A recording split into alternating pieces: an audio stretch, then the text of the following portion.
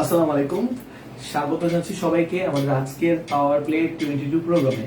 তো আমি ফাইনান্সিক তোমাদের সাথে আছি ফিজিক্স নিয়ে। তো আজকে আমরা ফিজিক্স সেকেন্ড পেপারের চ্যাপ্টার 9 অর্থাৎ পরমাণু মডেল এবং নিউক্লিয়ার পদার্থবিজ্ঞানের হচ্ছে টপিকটা কভার করব। এবং এখানে আমরা আমাদের হচ্ছে বোর্ডে আসতে পারে এরকম অনেক ইম্পর্টেন্ট এবং গুরুত্বপূর্ণ ইম্পর্টেন্ট সৃজনশীল নিয়ে হচ্ছে আমরা আলোচনা করব। এবং পাশাপাশি আমরা এই সৃজনশীল করতে গেলে আমাদের যে বেসিকটা দরকার হয় বা যে নলেজটা আমার দরকার হয় সেটাও আমরা পাশাপাশি পড়ে নিব। তো ক্লাসটা আন্তরিকভাবে দুঃখিত, একটু লেট করে শুরু হয়েছে, আসলে প্রচন্ড জ্যাম ছিল রাস্তায়। আমার এখানে আসতে প্রায় 1 ঘন্টা 45 মিনিট লেগে গেছে। সো এক্সট্রিমলি সরি, ফার্স্টে আগে বলে নিচ্ছি।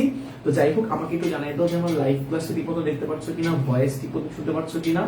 আর তোমরা হচ্ছে সবাই তোমাদের ফ্রেন্ডের একটু মেনশন করে দাও, দ্রুত সবাই ক্লাসে জয়েন করতে পারবে ইনশাআল্লাহ। তো দেখি আমরা আস্তে আস্তে করে শুরু করি ক্লাসটা। কারা কারা যুক্ত আছো লাইভে একটু দেখি আমরা।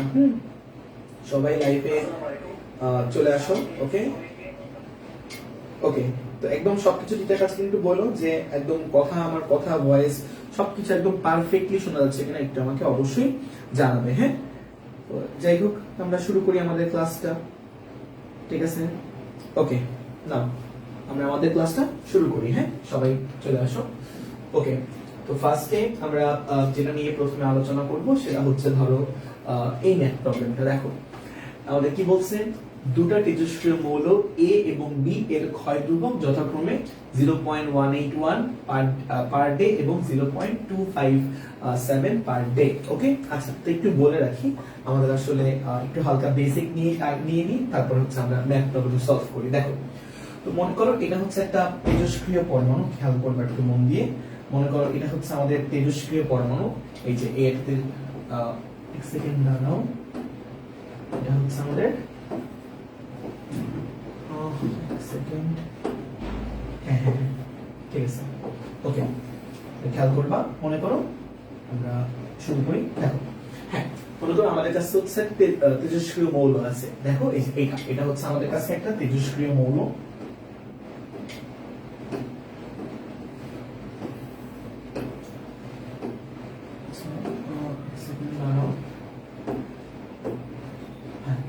ঠিক আছে, এটা একটা তেজস্ক্রিয় মৌল, খেয়াল করবা এই একটা তেজস্ক্রিয় মৌল। শুরুতে হচ্ছে আমাদের কাছে এরকম একটা তেজস্ক্রিয় মৌল আছে। এর যে পরমাণু সংখ্যা স্টার্টিং এর পরমাণু সংখ্যাকে আমি ধরলাম হচ্ছে n0। ঠিক আছে, আচ্ছা, তো আমরা সবাই জানি তেজস্ক্রিয় মৌলের হচ্ছে ভাঙন ঘটে, সেটা তোমার হচ্ছে হ্যাঁ মাত্র শুরু হয়েছে ক্লাসটা। তেজস্ক্রিয় মৌলের ভাঙন ঘটে, সেটা হচ্ছে তোমার কিছু সময় পর পর সে হচ্ছে ভেঙে যায়, ভেঙে গিয়ে তার পরমাণু সংখ্যা কমে যায়। তো খেয়াল করবা শুরুতে, একদম শুরুতে মানে হচ্ছে t=0 সময় শুরুতে তেজস্ক্রিয় মৌলের যে পরমাণু সংখ্যা সেটা হচ্ছে আমার n0। আমি ধরলাম যে t সময় পর সেই পরমাণু ভাঙন ঘটে, t সময় পর আমি ধরলাম t সময় পর আমার তেজস্ক্রিয় মৌলটা হচ্ছে ভেঙে গেল, ভেঙে গিয়ে মনে করে দেখো অল্প হয়ে গেল। এটা হচ্ছে আমার তেজস্ক্রিয় মৌল, তো t সময় পর ভেঙে অল্প হয়ে গেল। আমি ধরলাম t সময় পর আমার তেজস্ক্রিয় মৌলের বর্তমান অবস্থা হচ্ছে এরকম। তাহলে বর্তমানে অবশিষ্ট পরমাণু সংখ্যা মনে করা হচ্ছে আমার n। ওকে, তাহলে খেয়াল করবা t=0 সময় আমার আদি পরমাণু সংখ্যা n0। তাহলে n0 মানে হচ্ছে আমার আদি পরমাণু সংখ্যা। খেয়াল করবা আদি পরমাণু সংখ্যা হচ্ছে আমার n0। ওকে, তাহলে খেয়াল করবা আদি পরমাণু নাম্বার বা আদি পরমাণু সংখ্যা হচ্ছে আমার n0। এটা হচ্ছে t=0 সময়ে। ওকে, আর t সময় পর বর্তমানে আমার যে পরমাণু, এই বর্তমানে পরমাণু সংখ্যা হচ্ছে আমার n। তো এটাকে আমরা বলতে পারি হচ্ছে অবশিষ্ট বা অক্ষত পরমাণু সংখ্যা। অবশিষ্ট বা অক্ষত পরমাণু সংখ্যা সেইটা আমার কি বলতো, সেইটা হচ্ছে আমাদের n। ঠিক আছে, এই হচ্ছে আমাদের ব্যাপার। আর এই n0 থেকে n হতে কতটুকু সময় লাগছে, সময় লাগছে হচ্ছে আমাদের t পরিমাণ টাইম হচ্ছে লাগছে। ঠিক আছে, এই সরি হ্যাঁ t পরিমাণ টাইম লাগছে, দেখো যে t পরিমাণ হচ্ছে টাইম লাগছে। ওকে, তাহলে খেয়াল করবা n0 থেকে n এ পরিণত হতে আমার t পরিমাণ টাইম লাগছে। এইটুকু বুঝতে পারছো? আচ্ছা, যদি এমন হয় তাহলে সেক্ষেত্রে আমরা তোমার হচ্ছে তেজস্ক্রিয় হচ্ছে ভাঙনের সূত্র, তেজস্ক্রিয় ভাঙনের সূত্র হচ্ছে আমার n = n0 e to the power minus lambda into t। লিখে নাও n = n0 e to the power minus lambda into t, যেখানে ল্যামডা মানে হচ্ছে অবক্ষয় ধ্রুবক, যেখানে ল্যামডা মানে কি বলতো, ল্যামডা মানে একটা কনস্ট্যান্ট, সেটাকে আমরা ক্ষয় ধ্রুবক বলতে পারি বা অবক্ষয় ধ্রুবক বলতে পারি, বুঝতে পারছো? আর এই অবক্ষয় ধ্রুবকের একটা সূত্র আছে, ল্যামডার একটা ফর্মুলা আছে, lambda is equal to ln two divided by হচ্ছে আমার টি হাফ বা অর্ধায়ু। এই হচ্ছে আমার টি হাফ বা অর্ধায়ু, লন টু কে আমরা অর্ধায়ু দিয়ে ভাগ দিলে ল্যামডা পেয়ে যাবো। এই একটা ফর্মুলা, এটা একটু বক্স করে রাখো, lambda equal to ln two by t half. এটা হচ্ছে আমার আরেকটা ফর্মুলা, এটাও বক্স করে রাখো। এই দুটো হচ্ছে খুবই গুরুত্বপূর্ণ ফর্মুলা। তোমরা কি ব্যাপারটা ভালো করে বুঝতে পারছো? আশা করি ব্যাপারটা অনেক ভালো করে বুঝতে পারলাম। এবার আমরা হচ্ছে একটু দেখি, এবার এখান থেকে হচ্ছে আমরা দেখব যে এই কনসেপ্টগুলো ব্যবহার করে আমরা হচ্ছে কিভাবে এই যে ম্যাথ প্রবলেমটা এটা আমরা সলভ করব। হ্যাঁ, না বুঝতে পারলে বলবো, আমি রিপিট করব, সমস্যা নেই। খেয়াল করবে একটু মন দিয়ে, তারাও একটু মুছে নিই একটু আমরা। এই যে হ্যাঁ, দেখো আমাদের কাছে দুইটা তেজস্ক্রিয় মৌল আছে এ এবং বি, যাদের হচ্ছে ক্ষয় ধ্রুবকের মানগুলো আমাদের দিয়ে দেওয়া আছে। তাহলে আমরা এই মানগুলোর মাধ্যমে হচ্ছে আমরা ক্যালকুলেশন গুলো করার চেষ্টা করব। তো একটু খেয়াল করো, একটু খেয়াল করো, আমরা এই মানগুলো ক্যালকুলেশন করার মাধ্যমে দেখবো। আমরা দেখো দুটি তেজস্ক্রিয় মৌল এ এবং বি এর ক্ষয় ধ্রুবকের মান দিয়ে দেওয়া আছে। তাহলে খেয়াল করবে একটু মন দিয়ে, দেখো একটু মন দিয়ে দেখবা এইটা। দেখো দুটা হচ্ছে তোমার ইয়ার মান। হ্যাঁ, ওকে, দেখো দুইটা এ এবং বি ক্ষয় ধ্রুবকের মান। আচ্ছা, তাহলে আমাকে বলছে বি মৌলের গড় আয়ু বের করো। দেখো গড় আয়ু, গড় আয়ুকে আমরা নরমালি প্রকাশ করি হচ্ছে টাউ দ্বারা। গড় আয়ুকে প্রকাশ করি কি দ্বারা? টাউ দ্বারা প্রকাশ করি, টাউ। আচ্ছা সরি, গড় আয়ুকে প্রকাশ করি টাউ দ্বারা। এই যে টাউ, এই টাউ মানে হচ্ছে আমার গড় আয়ু, মনে রাখবা, টাউ মানে হচ্ছে আমার গড় আয়ু। আচ্ছা, তো এখন এই গড় আয়ুর সূত্র কি? গড় আয়ুর সূত্র হচ্ছে tau equal to 1 by lambda, যেখানে ল্যামডা মানে হচ্ছে অবক্ষয় ধ্রুবক আর টাউ মানে হচ্ছে আমার কি বলতো গড় আয়ু। গড় আয়ু সমান 1 বাই ল্যামডা। আচ্ছা, দুটি তেজস্ক্রিয় মৌল এ এবং বি এর ক্ষয় ধ্রুবক। ওকে, তাহলে বি মৌলের গড় আয়ু তো খুব সহজেই বের করতে পারবো, কারণ দেখো একটু মন দিয়ে যে আমাদের তোমার বি মৌলের ক্ষয় ধ্রুবকের মান দিয়ে দেওয়া আছে। খেয়াল করবা, গণাবার অঙ্ক তো অনেক সোজা। বি মৌলের ক্ষয় ধ্রুবক বা অবক্ষয় ধ্রুবকের মান দেওয়া আছে 0.257। তাহলে দেখো এই যে ক্ষয় ধ্রুবক বা ল্যামডার মান আমার দেওয়া আছে হচ্ছে 0.257। তাহলে 257 আমার দেওয়া আছে পার ডে। এখান থেকে তুমি ইজিলি টাউ এর মানটা বের করতে পারবা। তাহলে টাউ ইকুয়াল টু সূত্র হচ্ছে 1 বাই ল্যামডা। তো ল্যামডার মানটা বসাবা, তাহলে 1 বাই ল্যামডা হচ্ছে আমার 0.257। এটা তো এককটা আসবে, টাও এর এককটা আসবে, কিন্তু টাও এর যা মান আসবে তা তুমি আমাকে একটু কমেন্টে জানাও। তো দেখো ল্যামডার মানটা যেহেতু পার ডে এককে, তাহলে টাও এর মানটা কিন্তু আমাদের ডে এককে বা দিন এককে আসবে। খুব সহজে আমরা এটা পেরে গেলাম, খুব সহজে।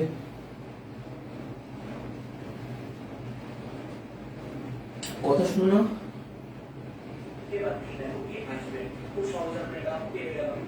সাউন্ড কি ঠিক নাই? সাউন্ডটা হ্যালো, সাউন্ড তো আমার মনে হয় হ্যালো হ্যালো, সাউন্ডটা কি ঠিক আছে? একটু বলো তো একটু। হ্যালো, সাউন্ড কি ঠিক নাই? সাউন্ডটা হ্যালো, সাউন্ড তো আমার মনে হয় হ্যালো হ্যালো, সাউন্ডটা কি ঠিক আছে? একটু বলো তো একটু। হ্যালো, আমরা দেখে দেখে সাউন্ড শুনতে পাচ্ছি। হ্যালো,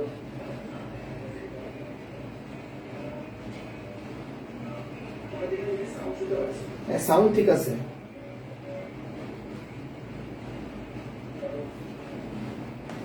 ওকে, আচ্ছা দেখো, তাহলে আমরা এবার থেকে শুরু করি। দেখো একটু মন দিয়ে দেখো, এবারে এই পরের ম্যাথটা।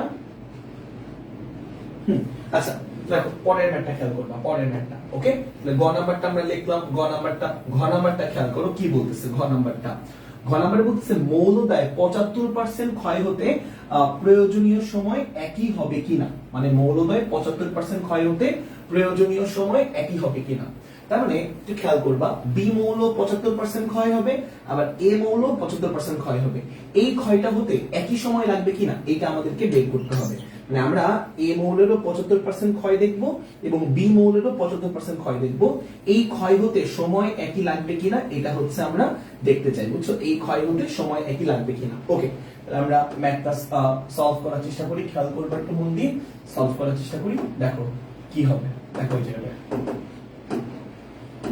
ওকে, দেখো তো আমরা প্রথমে এ মৌল নিয়ে চিন্তা করি। দেখো একটু মন দিয়ে, এ মৌলের এই যে এ মৌলের আমার হচ্ছে অবক্ষয় ধ্রুবক 0.181, ঠিক আছে? এ মৌলের ওকে, তাহলে এবার তো দেখবা, খেয়াল করবা আমরা এই জায়গাটা দেখো, হ্যাঁ সেলু বেসিক হ্যাঁ করাবো, অবশ্যই করাবো। দেখো আমি এখন মানে ম্যাথ তুমি বুঝতে না পারলে বলবা, আমি অবশ্যই বেসিক সবই দেখাবো। জাস্ট আগে দেখো, ঠিক আছে?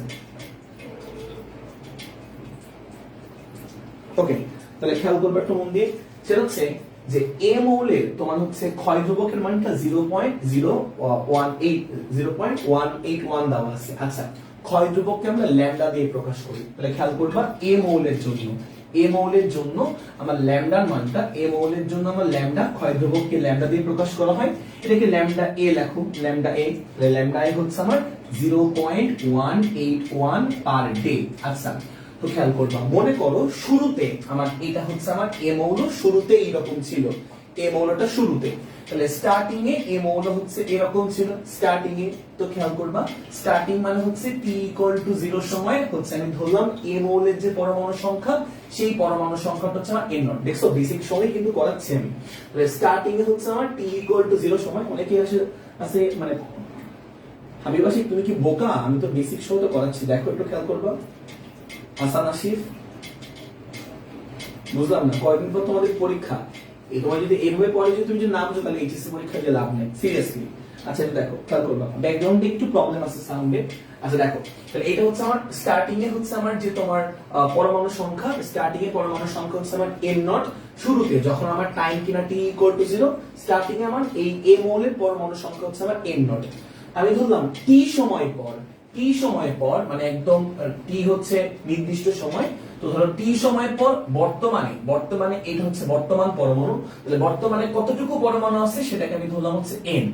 n হচ্ছে আমার অক্ষত পরমাণু সংখ্যা, n আমার কি বলতো অক্ষত পরমাণু সংখ্যা।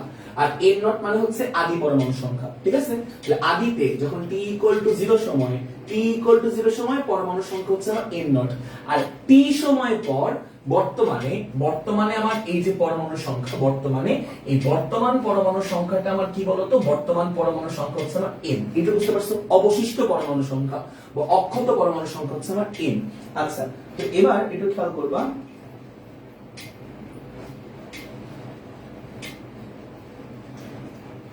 আচ্ছা এবার একটু খেয়াল করবা, সেটা হচ্ছে যে যদি এইরকম হয় তাহলে সূত্র হচ্ছে আমার সূত্র n = n0 e to the power λ into কি বলতো t। সূত্র n মানে অক্ষত পরমাণু সংখ্যা, n0 মানে হচ্ছে আদি পরমাণু সংখ্যা, e to the power λ into t। দেখো এখানে কি বলছে, 75% মৌল ক্ষয় হয়ে গেছে, 75% ক্ষয় হয়ে গেছে।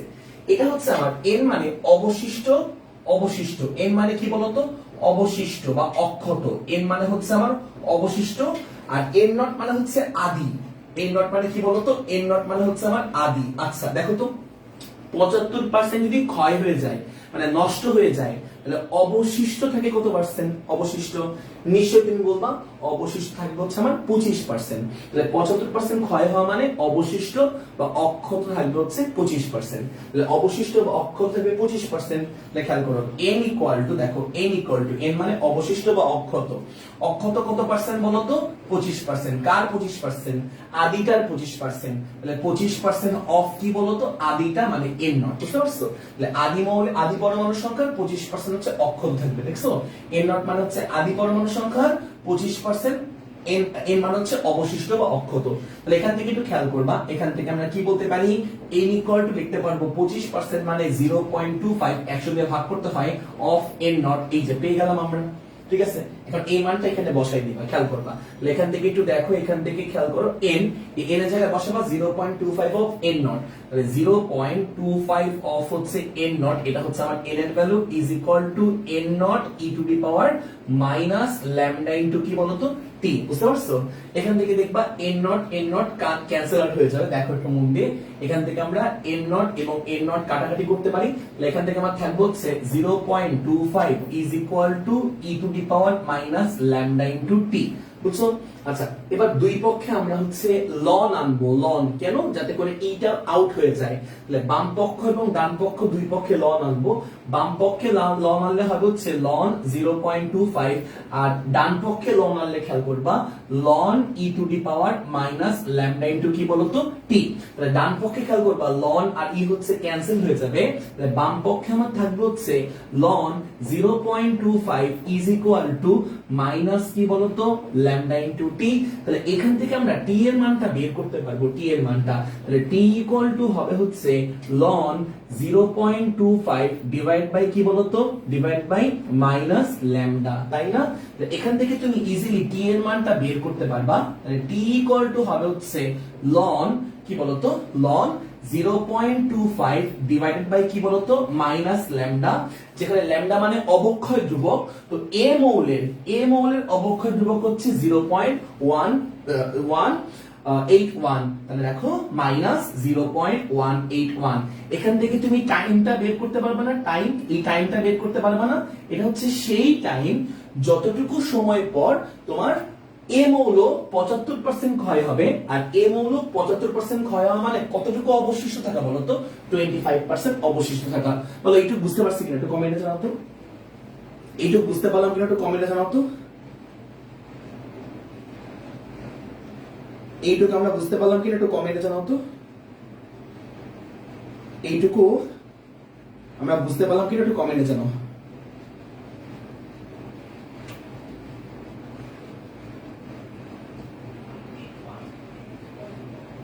হ্যাঁ, এটা আমি আরেকবার দেখাচ্ছি। যে এটা 25% কিভাবে হলো দেখো। এখানে এন মানে হচ্ছে অবশিষ্ট। তাহলে 75% ক্ষয় হয়ে গেছে। তোমার কাছে যদি 75 টাকা কমে যায়, 100 টাকার মধ্যে 75 টাকা কমে যায়, থাকবে কত টাকা? অবশিষ্ট থাকবে কত টাকা? 25 টাকা। ঠিক সেরকম এখানে বলা আছে 75% ক্ষয় হয়েছে। দেখো আমি তো করে দিলাম। দেখো এখানে বলা আছে 75% ক্ষয় হয়েছে। এই যে দেখো 75% ক্ষয় হয়েছে। তো 75% ক্ষয় হওয়া মানে কতটুকু অবশিষ্ট থাকা? 25%। এই যে 25% অবশিষ্ট থাকা। তাহলে যে অবশিষ্ট 25% অফ কি বলতো আদিটার 25%। দেখো 25% অফ হচ্ছে এন নট আদিটার। তারপর জাস্ট ক্যালকুলেশন। সরাসরি না বুঝলে বি মৌলটা আমি এখন দেখাচ্ছি। আরেকটু ধীরে, এর থেকে ধীরে পড়লে এই বছর ইন্টারমিডিয়েট দেওয়া লাগবে না। পরের বছর 2023-24 সালের সাথে এইচএসসি পরীক্ষা দিও। এর থেকে যদি ধীরে পড়াতে বলো 2023-24 সালের সাথে ইন্টারমিডিয়েট পরীক্ষা দিও। যে বছর নাম উচ্চারণ করে বলি এই বয়সে এই সময়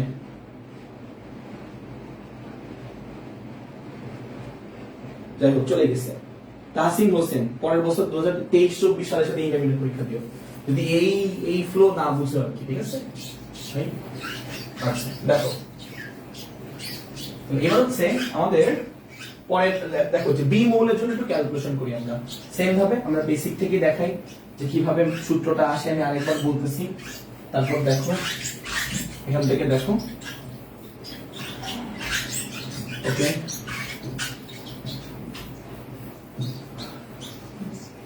ওকে এবার দেখবো একটু মন দিয়ে। সেটা হচ্ছে যে আমরা বি মৌলের জন্য দেখবো যে 75% ক্ষয় হতে কতটুকু সময় লাগে। বি মৌলের জন্য 75% ক্ষয় হতে কতটুকু সময় লাগে বি মৌলের।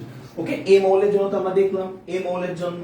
এবার দেখবো আমরা বি মৌলের জন্য 75% ক্ষয় হতে কতটুকু সময় লাগবে বি মৌলের জন্য। আবারও দেখাই বেসিক সহ খেয়াল করবা, খুব ঠান্ডা মাথায় দেখো।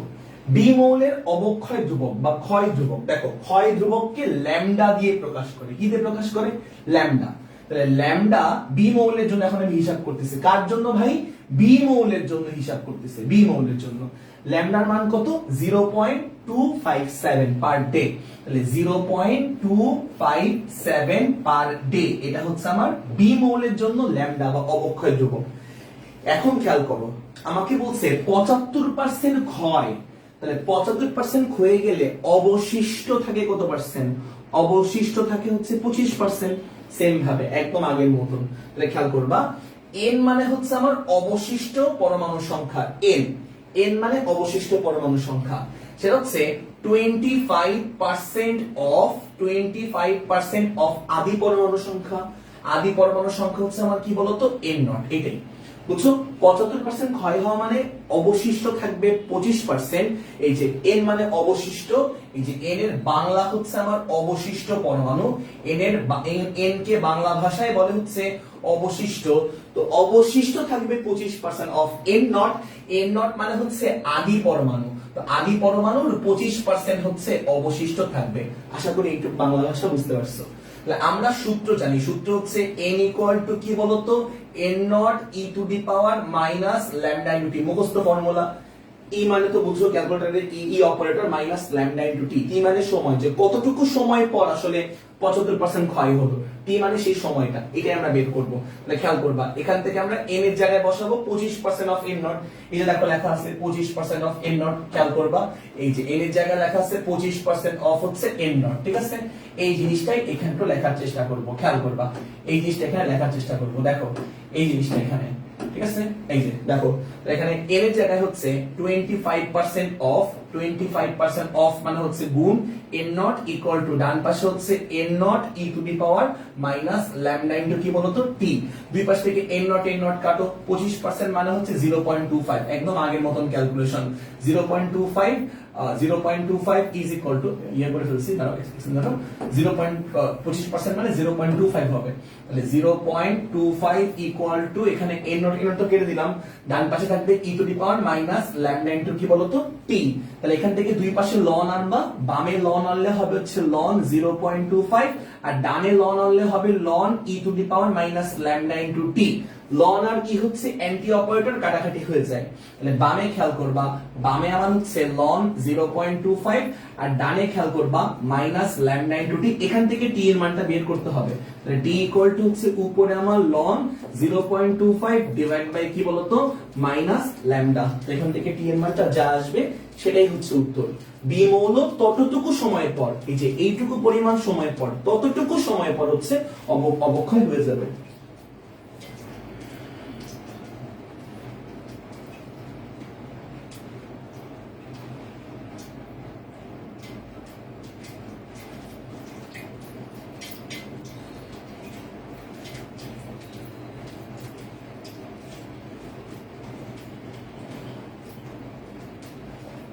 ওকে, এই হচ্ছে আমাদের ব্যাপার।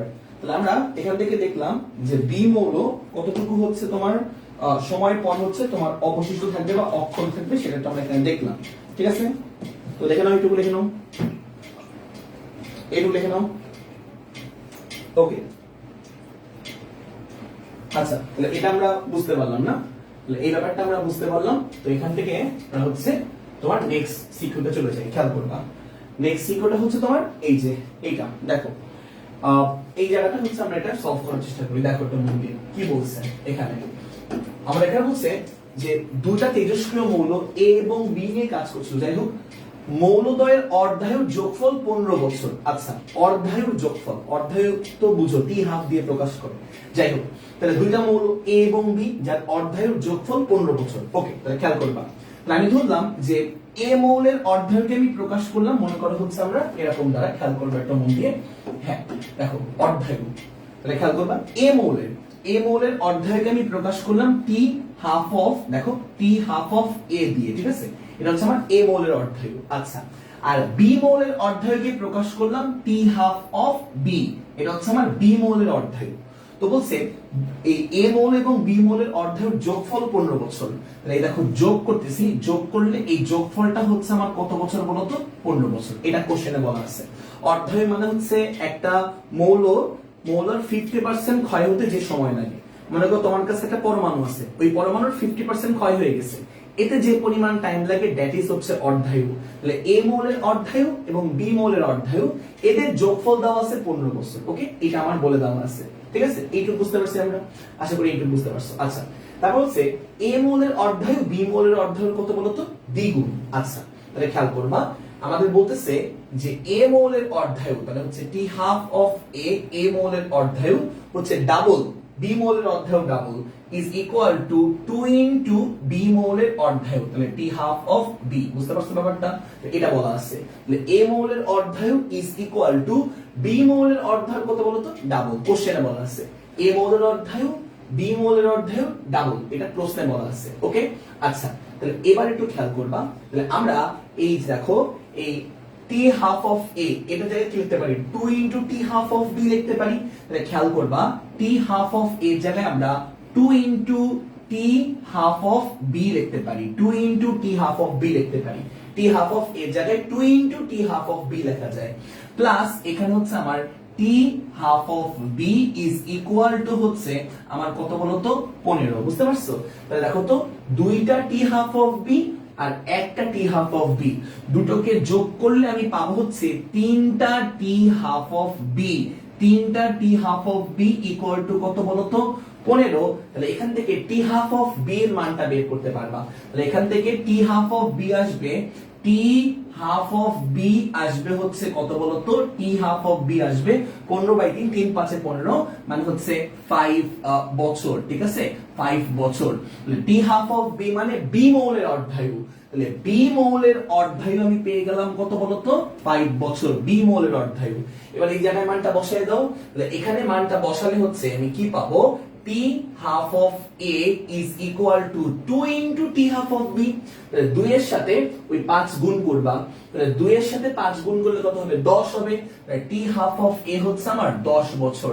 তাহলে খেয়াল করবা এ মৌলের, খেয়াল করো এ মৌলের আমার অর্ধায়ু বের করলাম 10 বছর, আর ওটা হচ্ছে বি মৌলের অর্ধায়ু। বলো একটু বুঝতে পারছি কিনা বলো?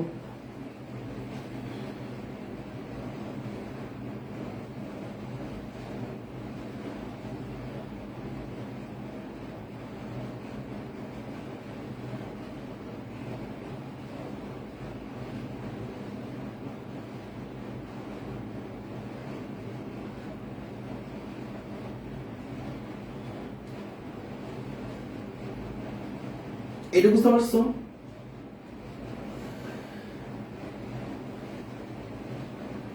বলতো এইটুকু বুঝতে পারছো কিনা? এইটুকু যে আমার টি হাফ অফ এ অর্থাৎ এ মৌলের অর্ধায়ুর মানটা বের করলাম, আর এই যে বি মৌলের অর্ধায়ুর মানটা বের করলাম, ঠিক আছে? আচ্ছা তো এখন এ মৌলের ক্ষয় ধ্রুবকের মানটা বের করতে হবে, এ মৌলের ক্ষয় ধ্রুবক, বুঝছো? তাহলে আমরা অর্ধায়ু জানলে ইজিলি ক্ষয় ধ্রুবকের মানটা বের করতে হবে, এটা কনস্ট্যান্ট, ক্ষয় ধ্রুবক হচ্ছে একটা কনস্ট্যান্ট। তাহলে খেয়াল করবে একটু মন দিয়ে, খেয়াল করবা। তাহলে আমরা জানি টি হাফ মানে অর্ধায়ুর সূত্র, সূত্র হচ্ছে লন টু বাই ল্যামডা, এটা সূত্র, অর্ধায়ু সূত্র লন টু বাই কি বলতো ল্যামডা। তাহলে অর্ধায়ু is equal to ln two by কি বলতো ল্যামডা, ল্যামডা মানে অবক্ষয় ধ্রুবক, লন টু তো একটা কনস্ট্যান্ট, লন টুর ভ্যালুটা হচ্ছে 0.693। তাহলে লন টুর ভ্যালু হচ্ছে আমার 0.69 কত বলতো 3। আচ্ছা খেয়াল করবে একটু মন দিয়ে। তাহলে আমরা এ মৌলের অর্ধায়ুর জন্য আমরা এখানে এ লিখতে পারি টি হাফ অফ এ, আর এ মৌলের অবক্ষয় ধ্রুবকের জন্য আমরা ল্যামডা অফ এ লিখতে পারি, এ মৌলের অবক্ষয় ধ্রুবক। এ মৌলের অবক্ষয় ধ্রুবকটা আমরা বের করছি, এই যে তোমার হচ্ছে এ মৌলের অবক্ষয় ধ্রুবকটা আমরা বের করতে চাচ্ছি, সরি এ মৌলের অবক্ষয় ধ্রুবক আমরা বের করতে যাচ্ছি।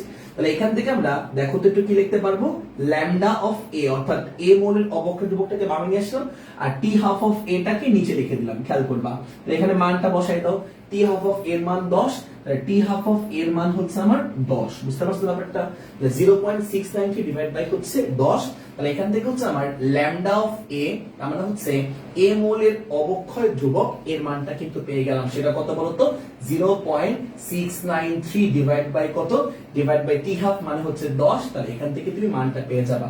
তো ল্যামডা এর এককটা কিন্তু পার ইয়ারে আসবে, কারণ 10 ইয়ার তো এর একটা মান আসবে, এর মানটা কিন্তু আসবে পার ইয়ার, একটু মনে রাখবা পার ইয়ারে চলে আসবে ল্যামডা এর মানটা, বুঝতে পারছো? ঠিক একই ভাবে আমরা এটা তো গেল হচ্ছে এ মৌলের অবক্ষয় ধ্রুবক বের করছো, ঠিক একই ভাবে তুমি বি মৌলের অবক্ষয় ধ্রুবক বের করতে পারবা এই ফর্মুলা অ্যাপ্লাই করে, ঠিক আছে? তাহলে খেয়াল করবা বি মৌলের জন্য যদি এই সূত্রটা অ্যাপ্লাই করতে চাও, এই যে ফর্মুলাটা, এই ফর্মুলা যদি তুমি এখন বি মৌলের জন্য অ্যাপ্লাই করতে চাও, টি হাফ অফ এ তো না, এখানে দেখবা হচ্ছে t half of B is equal to ln two by কি বলতো, লন টু বাই এখানে ল্যামডা এ ছিল না, এখানে হবে ল্যামডা বি। তাহলে এখান থেকে খুব সহজে তুমি ল্যামডা বিটা বের করতে পারবা না, ল্যামডা বি অর্থাৎ তোমার বি মৌলের অবক্ষয় ধ্রুবক that is ln two divide by t half of কি বলতো বি। এটা যদিও চাইলে 1 নম্বরের পরে কাজে লাগবে।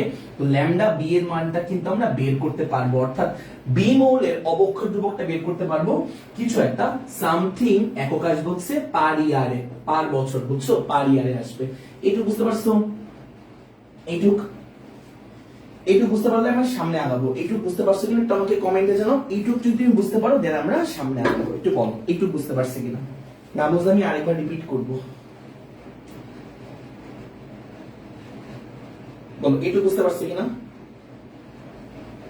এইটুকু এতটুকু একদম ক্লিয়ার? এতটুকু? তাহলে আমি পুরোটা মুছে দিব কিন্তু, হ্যাঁ? আচ্ছা ওকে, তাহলে এতটুকু আমাদের একদম ক্লিয়ার, রাইট? ওকে, সবাই ক্লিয়ার বলতেছো? হ্যাঁ হ্যাঁ হ্যাঁ এক্স্যাক্টলি। দেখো এখানে তো 10 ইয়ার ছিল, তাই এককটা পার ইয়ার আসছে। এখানে তো তোমার টি হাফ অফ বি যেমন হচ্ছে 5 ইয়ার, এখানে তুমি 5 ইয়ার বসাবা, 5 ইয়ার বসাবা, এই জায়গার মধ্যে 5 ইয়ার বসাবা। তো যেহেতু 5 ইয়ার বসাবা, উত্তরটাও 5 ইয়ারই আসবে, পার ইয়ারে আসবে। বুঝছো? আচ্ছা, তাহলে এইটুকু যদি বুঝে থাকো একটু সামনে আলাই। এরপরে আচ্ছা আমাকে বলো তো, ঘ নাম্বারটা কি তোমরা পারবা? একই টাইপের ম্যাথ কিন্তু একটু আগে করাইছি, দেখে আমি করাই দিব। আমাকে একটু বলো ঘ নাম্বার যদি পারো তাহলে বলবো যে হ্যাঁ ভাইয়া পারবো, আর না হলে বলো যে ভাইয়া করাই দেন, আমি করাই দেবো, কোনো সমস্যা নাই। বলো যে ঘ নাম্বারটা কি আমরা পারবো? 40% ক্ষয় হতে কেমন সময় লাগবে? একটু আগে এই ম্যাথটা করাইছি।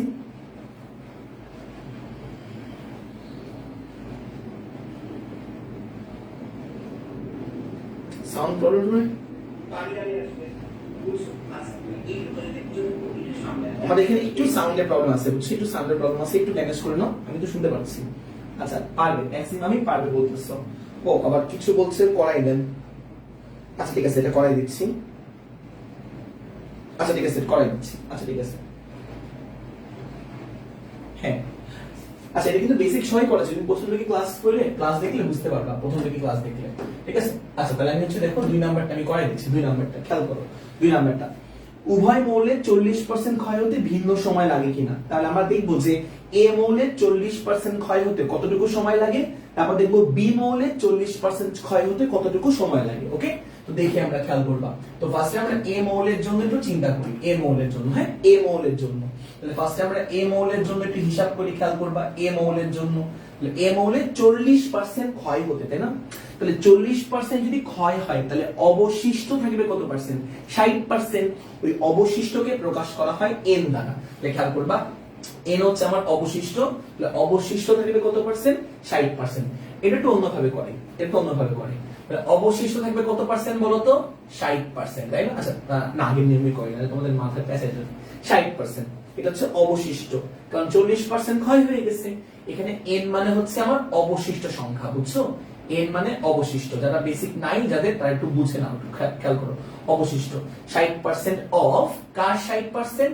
আদি পরমাণু 60%। তাহলে এন নট মানে হচ্ছে আমার আদি পরমাণু, মানে যখন পরমাণু ভাঙে না, একদম শুরুতে পরমাণু সংখ্যা। তাহলে এন নট মানে হচ্ছে আদি পরমাণু সংখ্যা বা আদি বলতে পারো। তাহলে এন নট মানে হচ্ছে আমার আদি, আর এন মানে হচ্ছে অবশিষ্ট। বুঝতে পারছো? তাহলে অবশিষ্ট থাকবে কত পার্সেন্ট? 60% থাকবে। আদিটার 60% থাকবে, আদিটার 60% থাকবে, কারণ 40% ক্ষয় হয়ে গেছে। আচ্ছা তারপর একটা সূত্র আছে, সূত্রটা হচ্ছে n equal to n naught, n equal to n naught e to the power minus lambda into কি বলতো? t। আমি a মৌলের জন্য দেখাচ্ছি, তুমি b মৌলের জন্য ক্যালকুলেশন করবে। আচ্ছা তাহলে n মানে হচ্ছে অবশিষ্ট, n এর হলো 60% অফ n naught, লেখো এটা 60% অফ হচ্ছে আমার n naught, বামে লিখলাম। আর ডানে খেয়াল করবা n naught e to the power minus কি বলতো? lambda into t। তো এখান থেকে একটু দেখো কাটাকাটি চলে যাবে, এই দেখো কাটাকাটি চলে যাবে, এখান থেকে কাটাকাটি, n naught কাটাকাটি। তাহলে এখান থেকে আমার থাকবে হচ্ছে 60% মানে 0.6, 100 দিয়ে ভাগ করলে 0.6 ইকুয়াল টু ডানে আমার থাকবে হচ্ছে e to the power minus lambda into কি বলতো? t। তাহলে এখান থেকে আমরা দুই পাশে লন আনবো, যেহেতু e আছে, e টাকে ক্যান্সেল করার জন্য লন আনতে হয়। তাহলে লন 0.6 হবে, আর ডান পাশে হবে হচ্ছে ln e to the power minus lambda into কি বলতো? t। এখান থেকে লন আর e কাটা, তাহলে খেয়াল করবা বামে আমার হচ্ছে লন 0.6, ডানে খেয়াল করবা মাইনাস ল্যামডা ইনটু কি বলতো? t। তাহলে এখান থেকে একটু দেখো, এখান থেকে আমরা t ইকুয়াল টু পাবো, t মানে সময়, আমাকে ওই সময়টাই বের করতে বলছে। মানে আমার মৌলটা শুরুতে হচ্ছে আমার n নট পরিমাণ ছিল, এই n নট থেকে ভেঙে গিয়ে বর্তমানে অবশিষ্ট আছে n পরিমাণ, বুঝছো? তাহলে n নট থেকে ভেঙে গিয়ে বর্তমানে অবশিষ্ট আছে পরমাণু n, কতটুকু সময় লাগছে এই সময়টাই বের করতে হবে।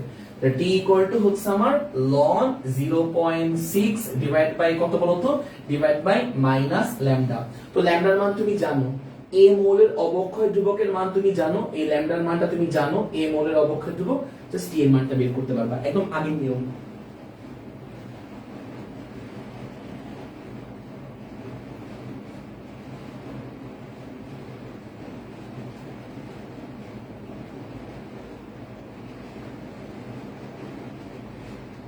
ওকে, তাহলে আমরা নেক্সট ইয়েতে যাই, নেক্সট ম্যাথে। ঠিক আছে, এটা অনেক সেম টাইপের আর কিছু ম্যাথ প্রবলেম করাইছি আমি। আচ্ছা, তো সে আরেকটা ম্যাথ প্রবলেম শুরু করি। আচ্ছা দেখো, এটা একদম আমরা হচ্ছে আবার শুরু থেকে বেসিক সহ দেখি, বুঝছো? এটা যারা হচ্ছে বুঝতে পারতেছো না বা যারা পরে জয়েন করছো, দেখো ঠিক আছে, একটু দেখো, এটা আমরা এটা সুন্দর করে দেখার চেষ্টা করি, দেখো একটু মন দিয়ে। আচ্ছা হ্যাঁ, দেখো এক খন্ড রেডিয়াম এতটি অক্ষত পরমাণু ছিল। আচ্ছা ঠিক আছে, দেখো তাহলে আমাদের বলছে রেডিয়ামের অক্ষত পরমাণু মানে ছিল আর কি আদিতে। আদিতে দেখো ছিল লেখা, ছিল, ছিল মানে আদিতে পরমাণু সংখ্যা, আদিতে। তাহলে আদিতে কতগুলা পরমাণু ছিল? এতগুলা পরমাণু আমার আদিতে ছিল। দেখছো, খেয়াল করছো একটু মন দিয়ে, এতগুলো পরমাণু সংখ্যা আমার আদিতে ছিল, ইনিশিয়ালি, শুরু থেকে। কিন্তু বেশি একটু কঠিন না, একটু মনোযোগ দাও। আদিতে যতগুলো পরমাণু ছিল, আমি প্রথম ম্যাথটা সলভ করব, গ নাম্বারটা মনে করো ফার্স্টে সলভ করতেছি। আদিতে শুরুতে আমার এতগুলা পরমাণু ছিল, আদি পরমাণু সংখ্যাকে আমরা n নট দিয়ে প্রকাশ করি, n নট, দ্যাট ইজ আদি পরমাণু সংখ্যা। সেটা হচ্ছে আমার, খেয়াল করবা, 6.023 ইনটু 10 টু দি পাওয়ার কত বলতো, 23। এটা আমার আদি পরমাণু সংখ্যা। ঠিক আছে, n নট মানে হচ্ছে আমার আদি পরমাণু সংখ্যা। দেখো আমরা একটা কথা অনেকবার করে বলতেছি, দেখো আদি পরমাণু সংখ্যা n নট। বুঝতে পারছো ব্যাপারটা এটুকু? আচ্ছা, তো একটু মন দিয়ে দেখবা, সেটা হচ্ছে মনে করো এটা হচ্ছে আমাদের একটা আদিতে, ধরো আমার পরমাণু ছিল 10টা, সহজে বুঝাই, 10টা পরমাণু আদিতে ছিল। কিছু সময় পর বর্তমানে আমি দেখতে পেলাম, বর্তমানে আমার পরমাণু আছে হচ্ছে সে ফর এক্সাম্পল দুইটা পরমাণু বর্তমানে আছে। তাহলে আদিতে, খেয়াল করবা, আদিতে পরমাণু ছিল কয়টা? আদিতে পরমাণু ছিল 10টা। কিছু সময় পর দেখলাম তেজস্ক্রিয় পরমাণু ভেঙে যায়, ধরো টি সময় পর। টি সময় পর আমি দেখলাম বর্তমানে আমার পরমাণু আছে কয়টা? 2টা। তাহলে তুমি আমাকে বলো তো যে কতগুলো পরমাণু ভেঙে গেল, বলো কতগুলো পরমাণু ভেঙে গেল, আমাকে বলো কতগুলো পরমাণু ভেঙে গেল, আমাকে একটু বলো কতগুলো পরমাণু ভেঙে গেল, বলো, উত্তর দাও, এটা বলো কতগুলো পরমাণু ভেঙে গেল। দেখো আমাকে একটু উত্তর দাও, কতগুলো পরমাণু ভেঙে গেল, আমাকে একটু উত্তর দাও।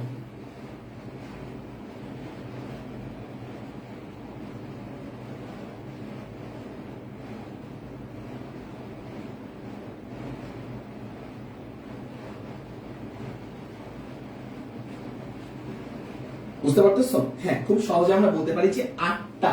তাহলে 8টা পরমাণু ভেঙে গেছে, বোঝা যায়, এটা বোঝা যায় যে শুরুতে ছিল আমার 10টা পরমাণু আদিতে, বর্তমানে আমার আছে 2টা পরমাণু, তাহলে কতগুলো পরমাণু ভেঙে গেল? তুমি উত্তর দিছো 8টা পরমাণু ভেঙে গেছে। খুব সহজে এটা কিন্তু বোঝা যায়, 8টা, বুঝছো? 8টা পরমাণু ভেঙে গেছে, খুব সহজে কিন্তু আমরা এটা বুঝতে পারি, 8টা। ঠিক আছে, এইটুকু বুঝতে পারছো, এইটুকু।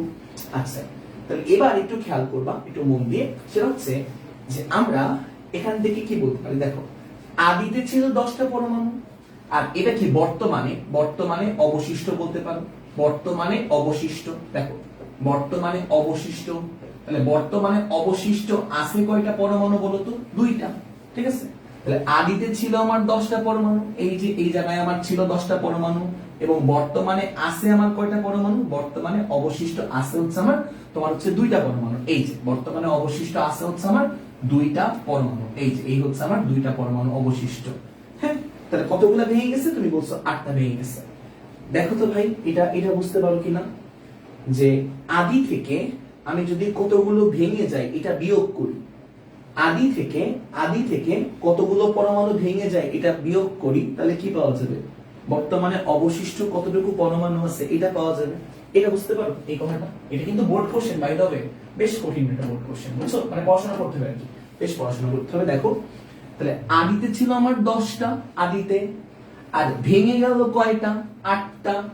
তাহলে দেখো তো আদি থেকে ভেঙে যাওয়ার পরিমাণকে মাইনাস করলে, আদি থেকে ভেঙে যাওয়ার পরিমাণকে মাইনাস করলে কি পাওয়া যায়? অবশিষ্টের মান পাওয়া যায়, তাই না? অবশিষ্টের মান পাওয়া যায়, বুঝতে পারতেছো?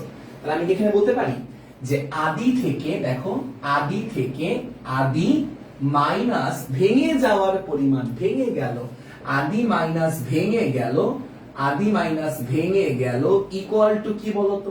ইকুয়াল টু হচ্ছে অবশিষ্ট পরমাণু, বর্তমানে অবশিষ্ট, তাহলে ইকুয়াল টু হচ্ছে অবশিষ্ট পরমাণু, ইকুয়াল টু হচ্ছে অবশিষ্ট। এইটা বুঝতে পারো? আচ্ছা, তাহলে আদিতে, আদিতে আমার যেটা ছিল, আদিকে আমরা এন নট দিয়ে প্রকাশ করি। কি দিয়ে প্রকাশ করি? N not. মাইনাস ভেঙে গেল, কতটুকু ভেঙে গেল? দেখো লেখা আছে যে এতটুকু ভেঙে গেছে, দেখছো? এতটুকু ভেঙে গেছে, 6 × 10⁻23 টা ভেঙে গেছে, ভেঙে গেছে। তাহলে ভেঙে গেল হচ্ছে 6 × 10⁻, কত বলতো? 23 ইকুয়াল টু অবশিষ্ট। তাহলে অবশিষ্ট, অবশিষ্টকে আমরা নরমালি এন দিয়ে প্রকাশ করি। তাহলে অবশিষ্টকে নরমালি কি দিয়ে প্রকাশ করি? এন দিয়ে প্রকাশ করি। এইটুকু বুঝতে পারছো? এন দিয়ে যে প্রকাশ করি, এইটুকু আমরা বুঝতে পারছি। এন দিয়ে, অবশিষ্টকে এন আর আদিকে এন নট দিয়ে প্রকাশ করি, সহজে। তাহলে আমরা এখান থেকে খুব সহজে এন এর মানটা বের করতে পারবো, কেননা এন নট এর মান তুমি জানো, আদিটার মান তুমি জানো, 6.023 × 10⁻23। বুঝতে পারছো ভাইরা? দেখো বুঝতে পারছো এইটুকু? 10⁻23, দেখো 23, এটা হচ্ছে আমার এন, এন নট এর মান, মাইনাস 6 × 10⁻23। আমাকে একটু কমেন্টে জানাও তো, খুব সহজে তুমি এন এর মানটা বের করতে পারবা না? এন এর মানটা, এই এন মানে হচ্ছে অবশিষ্ট, এই অবশিষ্ট মানে হচ্ছে আমার এন অবশিষ্ট, আর আদি মানে হচ্ছে আমার এন নট। বলতো অবশিষ্ট কতগুলো পরমাণু আছে আমরা বের করতে পারবো না? বলো, বুঝতে পারছি কিনা? দেখো 2.3 ইন্টু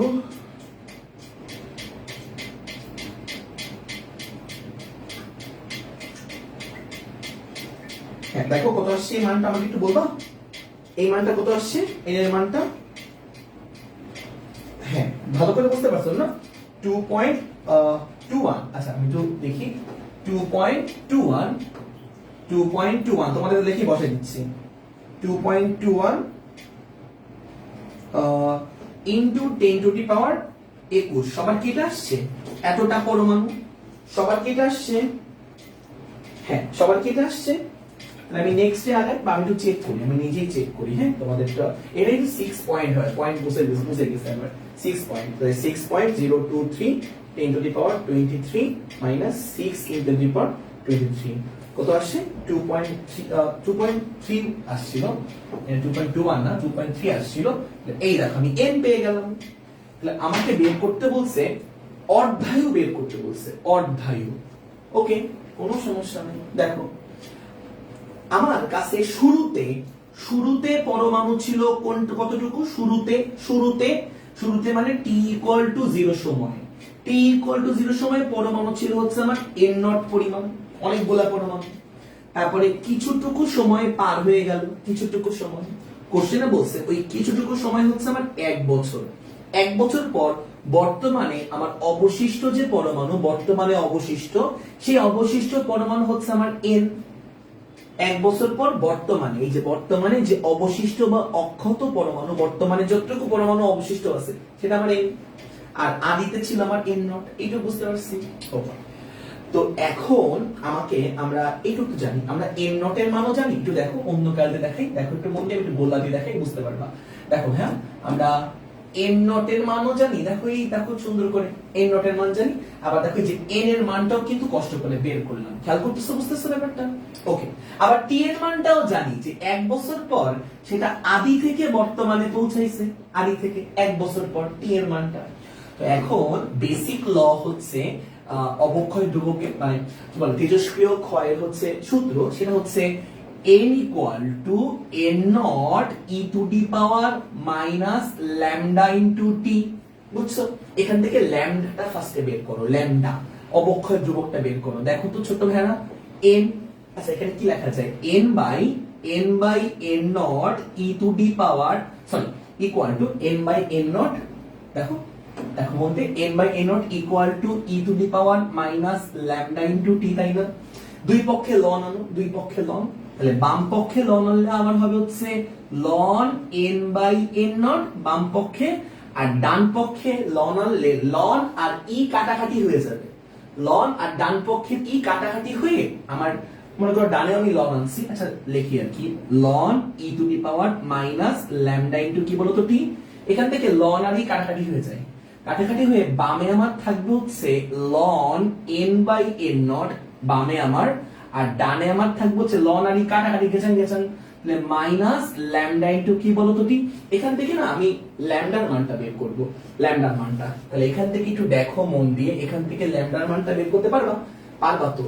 তাহলে ল্যামডা ইকুয়াল টু আসবে, দেখো একটু মন দিয়ে, মাইনাস উপরে হচ্ছে ln ln n by n naught, দেখো ln n by n naught, আর নিচে আমার ডিভাইড বাই, নিচে আমার ডিভাইড বাই মাইনাস টি, দেখো এই মাইনাস তো লিখছি, মাইনাস সামনে তো মাইনাস লিখছি যে মাইনাস টি, বুঝতে পারছো? এখান থেকে কিন্তু ল্যামডার মানটা বের করতে পারবো, যে এখান থেকে দেখো তো ভাই, এখান থেকে কি এই লাইনটা বুঝতে পারছো? এখান থেকে গেলে জাস্ট ল্যামডার মানটা বের করতে যাচ্ছি, lambda minus ln n by n naught whole divide by t, এখান থেকে ল্যামডার মান কত আসে আমাকে বলো? এখান থেকে তুমি n এর মান জানো, দেখো ভাইয়া তুমি সবার মান কিন্তু জানো, আমি একটু অন্যটাকে দেখে দিচ্ছি, সবার মান কিন্তু জানো, দেখো তুমি n এর মান জানো, ইনপুট করো n এর মান, এই যে n এর মান জানো, তুমি n নট এর মান জানো, ইনপুট করো, ইনপুট, তুমি t এর মান জানো 1 বছর, t এর মান জানো 1 বছর, ইনপুট করো, সামনে কিন্তু মাইনাস আছে, মাইনাস, তুমি ল্যামডা বা অবক্ষয় ধ্রুবক বের করতে পারবা, কত আসে বলো? কত আসে?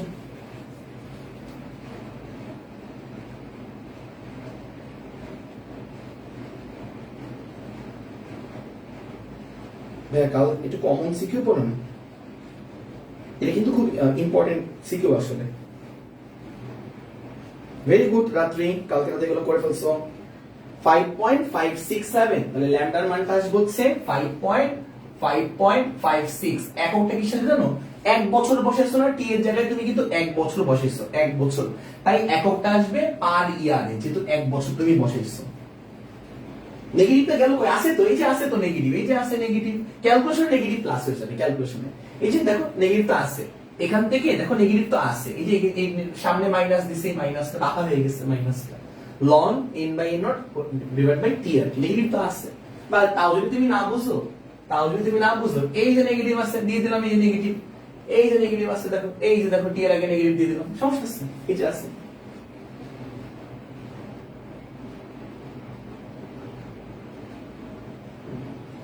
এটা কি বুঝতে পারছো? না বুঝতেছি না, বুঝতে পারছো কিনা একটু জানাও, বুঝতে পারছো কিনা একটু জানাও, হ্যাঁ বুঝতে পারছো কিনা একটু জানাও, একটু কষ্ট করে।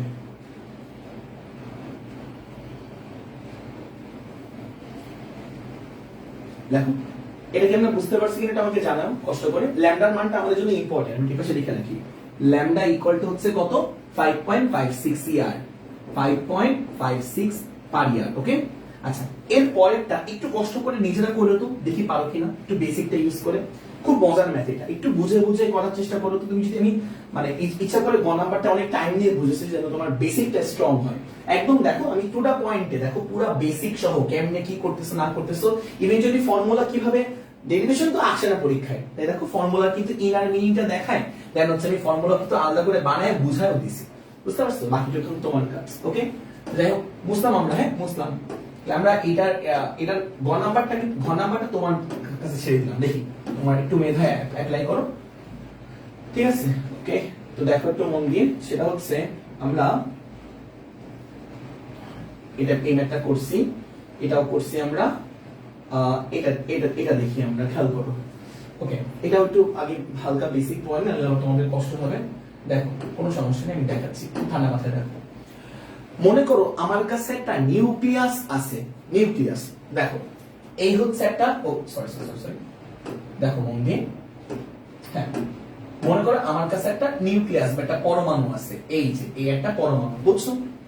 পরমাণু নিউক্লিয়াস, তাহলে আমরা জানি একটা পরমাণুর, এই যে পরমাণুর নিউক্লিয়াসে তোমার প্রোটন থাকে আর কি বলতো নিউট্রন থাকে, তাই না? তাই না বলতো? তাই তো। আচ্ছা তো আমি ধরলাম এখানে আমার জেড সংখ্যক প্রোটন আছে, আমি ধরলাম এই নিউক্লিয়াসের মধ্যে, এবং আমি ধরলাম যে তোমার n সংখ্যক নিউট্রন আছে। ওকে, আচ্ছা এটা আমি একটু অন্যভাবে দেখাই, তোমরা এটা ভালো করে মনে করতে পারবা। দেখো এটা তোমরা জিনিসটা হচ্ছে ভালো করে বুঝতে পারবা যদি আমি কেমিস্ট্রির মতন করে দেখাই। দেখো কেমিস্ট্রির মতন করে দেখানোর চেষ্টা করি, কেমিস্ট্রির মতন করে দেখো একটু মন দিয়ে। তো t ইকুয়াল টু, t মানে হচ্ছে তোমার সময়, t মানে সময়। Thank you. ওকে, দেখো এই ম্যাথটা এইগুলা কিন্তু অনেকের প্রবলেম হয়, বাট এটা আমরা হচ্ছে দেখি খুব ডিটেইলসে দেখার চেষ্টা করি। দেখো তো ধরো আমার কাছে একটা যে কোনো নিউক্লিয়াস আছে, পরমাণু নিউক্লিয়াস, ধরো আমি বললাম x একটা মৌল, ঠিক আছে? এর পারমাণবিক সংখ্যাকে প্রকাশ করি হচ্ছে আমরা z দ্বারা, বুঝছো? আর এর তোমার ভর সংখ্যাকে প্রকাশ করি আমরা কি দ্বারা? a দ্বারা। বুঝতে পারছো ব্যাপারটা? a মানে ভর সংখ্যা, z মানে পারমাণবিক সংখ্যা। তাহলে আমি যদি তোমাকে জিজ্ঞেস করি বলো তো নিউট্রন সংখ্যা কত হবে? নিউট্রন সংখ্যা ক্লাস 9 10 এর প্রশ্ন, নিউট্রন সংখ্যা। তো তুমি বলবা নিউট্রন সংখ্যাকে আমরা n দিয়ে প্রকাশ করি, এবং নিউট্রন সংখ্যা হয় হচ্ছে ভর সংখ্যাকে প্রোটন সংখ্যা দিয়ে ভাগ করতে হয়। a মানে ভর সংখ্যা ডিভাইড বাই প্রোটন সংখ্যা হচ্ছে আমার z। তাহলে a মানে হচ্ছে ভর সংখ্যা, দেখো হ্যাঁ বেসিক সহ দেখাচ্ছি, ভর সংখ্যা, a মানে হচ্ছে ভর সংখ্যা, আর z মানে হচ্ছে প্রোটন সংখ্যা বা পারমাণবিক সংখ্যা। দেখো প্রোটন সংখ্যা বা আমরা বলতে পারি হচ্ছে পারমাণবিক সংখ্যা, প্রোটন নাম্বার বা আমরা বলতে পারি হচ্ছে পারমাণবিক নাম্বার। বুঝতে পারছো ব্যাপারটা? তাহলে আমি কি বলতে পারি না যে একটা মৌলে আসলে z সংখ্যক প্রোটন থাকে আর a z সংখ্যক নিউট্রন থাকে, কারণ a z হচ্ছে নিউট্রন সংখ্যা, তাই না? তাহলে দেখো একটু মন দিয়ে, তাহলে এই একটা তোমার হচ্ছে পরমাণুর নিউক্লিয়াস, এই একটা পরমাণুর নিউক্লিয়াস, বুঝছো? তাহলে এখানে কয়টা প্রোটন থাকবে? আমি ধরলাম z সংখ্যক প্রোটন থাকবে, z সংখ্যক প্রোটন থাকবে, কমন সেন্স, z সংখ্যক প্রোটন থাকবে একটা পরমাণু নিউক্লিয়াসে। প্রোটন এবং নিউট্রন বাদে কেউ থাকে না। আর কতগুলা নিউট্রন থাকবে? এই যে a z সংখ্যক নিউট্রন থাকবে। তাহলে দেখো এখানে কতগুলা নিউট্রন থাকবে? a z সংখ্যক নিউট্রন থাকবে, a z সংখ্যক নিউট্রন থাকবে। তাহলে বুঝতে পারতেছো ব্যাপারটা যে কতগুলা প্রোটন এবং কতগুলা নিউট্রন থাকে? z সংখ্যক প্রোটন থাকে একটা পরমাণুর নিউক্লিয়াসে। তাও লিখে দিচ্ছি এটা হচ্ছে একটা পরমাণুর নিউক্লিয়াস। এটা একটা পরমাণুর কি বলতো ভাইয়া? নিউক্লিয়াস।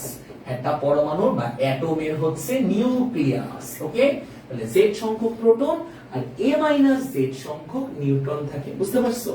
তাহলে এবার আমি যদি তোমাকে একটু জিজ্ঞেস করি, আচ্ছা বলো তো ভাইয়া যে আমার একটা নিউক্লিয়াসের হিসাবকৃত ভর কেমন হবে?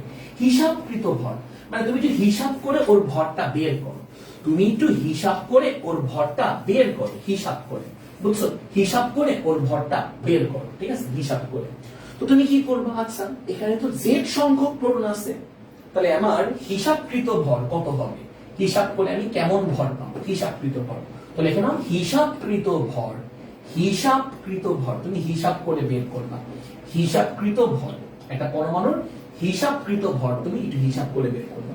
হিসাব করে বের করার চেষ্টা করি হিসাবকৃত ভর। দেখো হিসাবকৃত ভর আমরা হিসাব করে বের করার চেষ্টা করি।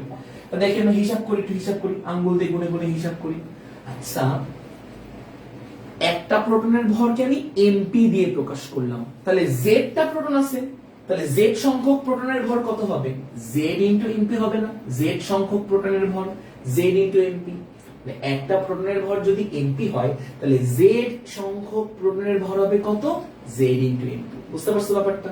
Z into MP. ওকে, তাহলে প্লাস এবার খেয়াল করবা, আমি বললাম একটা নিউট্রনের ভর mn, তাহলে নিউট্রন আছে কতগুলা? a z, তাহলে a z সংখ্যক নিউট্রনের ভর কত? a z into mn। বুঝতে পারছো ব্যাপারটা? এটা হচ্ছে আমার zmp, হচ্ছে আমার z সংখ্যক প্রোটনের ভর। খেয়াল করো একটু মন দিয়ে, খুবই স্লোলি যাচ্ছি, দেখো একটু মন দিয়ে দেখো। এই zmp মানে হচ্ছে z সংখ্যক প্রোটনের ভর, আর এটা হচ্ছে আমার a z সংখ্যক নিউট্রনের ভর। এদেরকে যোগ করলেই তো আমি টোটাল ভর পাবো, তাই না? নিউট্রন আর প্রোটন ভাবে তো কেউ থাকে না। এটা হচ্ছে আমার হিসাবকৃত ভর। বুঝতে পারতেছো ব্যাপারটা?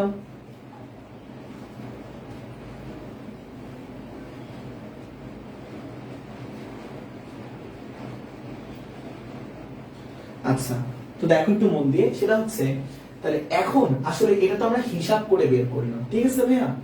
এখন এই নিউক্লিয়াসটা মনে করো ল্যাবে নিয়ে গেলাম, ল্যাবরেটরিতে। তো ল্যাবরেটরিতে নিয়ে যাওয়ার পর এর একটা ভর সেখানে আমরা মাপলাম, বুঝছো? এই নিউক্লিয়াসটা ল্যাবরেটরিতে নিয়ে গেলাম, দেন সেখানে আমরা নিউক্লিয়াসের ভরটা আমরা মেজার করলাম। তো সেখানে নিউক্লিয়াসের ভর মেপে দেখলাম যে ওই ভরটা হচ্ছে তোমার, নিউক্লিয়াসের ভরটা আমি মেজার করলাম, ওই ভরটাকে আমরা বলি প্রকৃত ভর। তাহলে খেয়াল করবা, একটা প্রকৃত ভরও পাওয়া যাবে, একটা প্রকৃত ভরও পাওয়া যাবে, প্রকৃত ভর। তো প্রকৃত ভরকে আমরা প্রকাশ করি ক্যাপিটাল এম দ্বারা। মজার বিষয় কি জানো, এই হিসাবকৃত ভর আর প্রকৃত ভরের মধ্যে একটু পার্থক্য থাকে। এই হিসাবকৃত ভর আর প্রকৃত ভরের মধ্যে একটুখানি পার্থক্য থাকে। ওই পার্থক্যটাকেই বলা হয় ভর ত্রুটি। খেয়াল করো কি বললাম আমরা, ভর ত্রুটি, যাকে আমরা ডেল্টা এম দিয়ে প্রকাশ করি। এটা কি জিনিস, হিসাবকৃত ভর আর প্রকৃত ভরের মধ্যে একটু পার্থক্য থাকে। তাহলে হিসাবকৃত ভর মাইনাস প্রকৃত ভর, খেয়াল করবা, হিসাবকৃত ভর মাইনাস প্রকৃত ভর, খেয়াল করো, মাইনাস প্রকৃত ভর। এই যে আমরা দুটা বিয়োগ করলাম, দেখো এই যে আমরা দুটা বিয়োগ করলাম, এই বিয়োগফলটাকে বলা হয় ভর ত্রুটি, যাকে আমরা কি দিয়ে প্রকাশ করি, ডেল্টা এম দিয়ে প্রকাশ করি। যে ডেল্টা এম কে বলা হয় ভর ত্রুটি। এখন একটু খেয়াল করবা, এই ডেল্টা এম হচ্ছে আমার ভর ত্রুটি, দ্যাট ইজ হিসাবকৃত ভর মাইনাস প্রকৃত ভর। হিসাবকৃত ভরের ফর্মুলা কই, এই দেখো, এটা হচ্ছে আমার, আমি নিচে একটু মুছে দিই, নাহলে আমার ভাব বাজে ভাইয়া বুঝতে পারতেছি না নিচে আবার লাল ব্র্যাকেট কেন। এটা হচ্ছে আমার হিসাবকৃত ভর, বুঝতে পারতেছো? হিসাবকৃত ভরটা আমরা এই দেখো এই জায়গায় লাগছি। তো হিসাবকৃত ভরটা হচ্ছে আমার জেড এমপি, দেখো Z MP plus A minus Z into কি বলতো এম এম। এটা হচ্ছে আমার হিসাবকৃত ভর, দ্যাট ইজ হিসাবকৃত ভর মাইনাস হচ্ছে প্রকৃত ভর। সেই প্রকৃত ভরটা কত আমার এম, এই যে প্রকৃত ভর। এই ব্যাপারটা কি বলা হয় ডেল্টা এম, দ্যাট ইজ ভর ত্রুটি। বলো ভর ত্রুটিকে আমরা বেস্ট ওয়েতে বুঝলাম কিনা একটু আমাকে কমেন্টে জানাও তো, ভালো করে বুঝতে পারলাম কিনা ভর ত্রুটি ব্যাপারটা।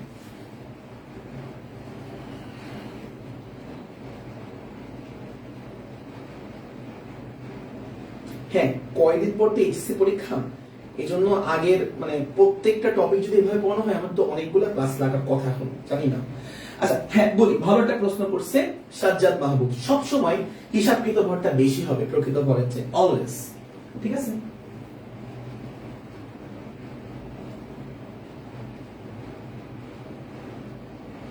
হ্যাঁ ঠিক আছে, সবসময় হিসাবকৃত ভরটা বেশি হবে প্রকৃত ভরের চেয়ে। আচ্ছা এই ভর ত্রুটিটা কি হিসেবে কাজ করে জানো? এটা খুব বেশি ডিটেইলস না বলি, অনেক টাইম লাগবে, বুঝছো, অনেক টাইম লাগবে, কারণ আমাদের তো ম্যাথ আসবে দিন শেষে। চাইলে আমরা তো একাডেমিকে এইসব ক্লাস তো আমরা 10টা ক্লাস নিই বা 8টা 9টা ক্লাস নিই, তাই না? সামনে পরীক্ষা না, তো বুঝতে হবে। যাই হোক, একটু শোনো, এটা তো আমার ভর ত্রুটি। এই ভর ত্রুটিটা কোথায় কাজে লাগে জানো? এই ভর ত্রুটিটা অ্যাকচুয়ালি তোমার বন্ধন শক্তিতে কাজে লাগে। লিখে নাও, এই ভর ত্রুটিটা, এই ভর ত্রুটিটা বন্ধন শক্তি সৃষ্টি করতে কাজে লাগে। বন্ধন শক্তি, বুঝছো? এই ভর, এই যে ডেল্টা এম মানে ভর ত্রুটি, আগে লেখো ডেল্টা এম মানে ভর ত্রুটি, ডেল্টা এম মানে হচ্ছে ভর ত্রুটি বা মাস ইফেক্ট। ভর ত্রুটিটা কোথায় কাজে লাগে? বন্ধন শক্তি সৃষ্টি করতে কাজে লাগে। তাহলে বন্ধন শক্তি, দেখো বন্ধন শক্তি সৃষ্টি করতে কাজে লাগে, বন্ধন শক্তি সৃষ্টি করতে বা ক্রিয়েট করতে কাজে লাগে বন্ধন শক্তি, ঠিক আছে? আমরা জানি নিউক্লিয়াসের মধ্যে একটা বাইন্ডিং এনার্জি থাকে, যে বাইন্ডিং এনার্জির মাধ্যমে প্রোটন নিউট্রন একত্রিত হয়ে থাকে, গুচ্ছ হয়ে, দ্যাট ইজ বাইন্ডিং এনার্জি, বন্ধন শক্তি। ওই বন্ধন শক্তির সূত্র কি বলি? বন্ধন শক্তির সূত্র তুমি দুইটা মনে রাখবা, দুইটা। এটা হচ্ছে E equal to delta M into C square, লেখো এটা বন্ধন শক্তির সূত্র। E মানে বন্ধন শক্তি বা বাইন্ডিং এনার্জি। আর একটা সূত্র মনে রাখবা, E ইকুয়াল টু তোমার হচ্ছে ডেল্টা এম ইনটু 931.5 এত মেগা ইলেকট্রন ভোল্ট। আমি যদি কোনো ভুল না করে থাকি এমন কিছুই হবে, 931.5 এত মেগা ইলেকট্রন ভোল্ট। একটু মনে রাখো এই দুটো জিনিস। এটা হচ্ছে আমার বন্ধন শক্তির দুইটা ফর্মুলা। হ্যাঁ, কখন কোনটা ব্যবহার করব? আগে দেখো, E মানে বাইন্ডিং এনার্জি, E মানে হচ্ছে বাইন্ডিং এনার্জি। দেখো ভাই, এর থেকে বেসিক পড়ানো আসলে এই মুহূর্তে আসলে সম্ভব না। হ্যাঁ, বাইন্ডিং এনার্জি, ঠিক আছে? আমি আমার বেস্টটা ট্রাই করতেছি, কারণ তোমাদের সামনেই পরীক্ষা, বুঝছো? কারণ দেখছি যে ম্যাথই তো আসবে। আচ্ছা, তাহলে বাইন্ডিং এনার্জি, ঠিক আছে? এই E মানে বাইন্ডিং এনার্জি, দুইটা formula, delta M into C square, এই একটা ফর্মুলা, নিচে হচ্ছে ডেল্টা এম ইনটু 931.5 আর এককটা হবে মেগা ইলেকট্রন ভোল্ট। আর উপরের এককটা আসবে হচ্ছে জুল এককে, উপরের বাইন্ডিং এনার্জিটা আসবে জুল এককে আর নিচের বাইন্ডিং এনার্জি আসবে হচ্ছে মেগা ইলেকট্রন ভোল্ট এককে। একটু মনে রাখবা কখন ভাইয়া কোনটা ব্যবহার করব, কখন কোনটা ব্যবহার করব ভাইয়া, কখন কোনটা ব্যবহার করব সেটা মনে রাখার টেকনিক হচ্ছে যদি ডেল্টা এম এর মানটা কেজি এককে তুমি বের করো, কি এককে, কেজি, যদি ডেল্টা এম এর মানটা কেজি এককে বের করো তাহলে তুমি উপরের ফর্মুলা ব্যবহার করবা উপরে, আর যদি ডেল্টা এম এর মানটা এএমইউ এককে বের করো তাহলে নিচের ফর্মুলা অ্যাপ্লাই করলে ভালো হবে। যদি ডেল্টা এম কেজি এককে ব্যবহার করো তাহলে উপরের ফর্মুলাটা ইউজ করবা, বেস্ট হবে। আর যদি ডেল্টা এমটা এএমইউ এককে ব্যবহার করো তাহলে নিচের এককটাই, নিচের সূত্রটা ইউজ করবা, বেস্ট হবে।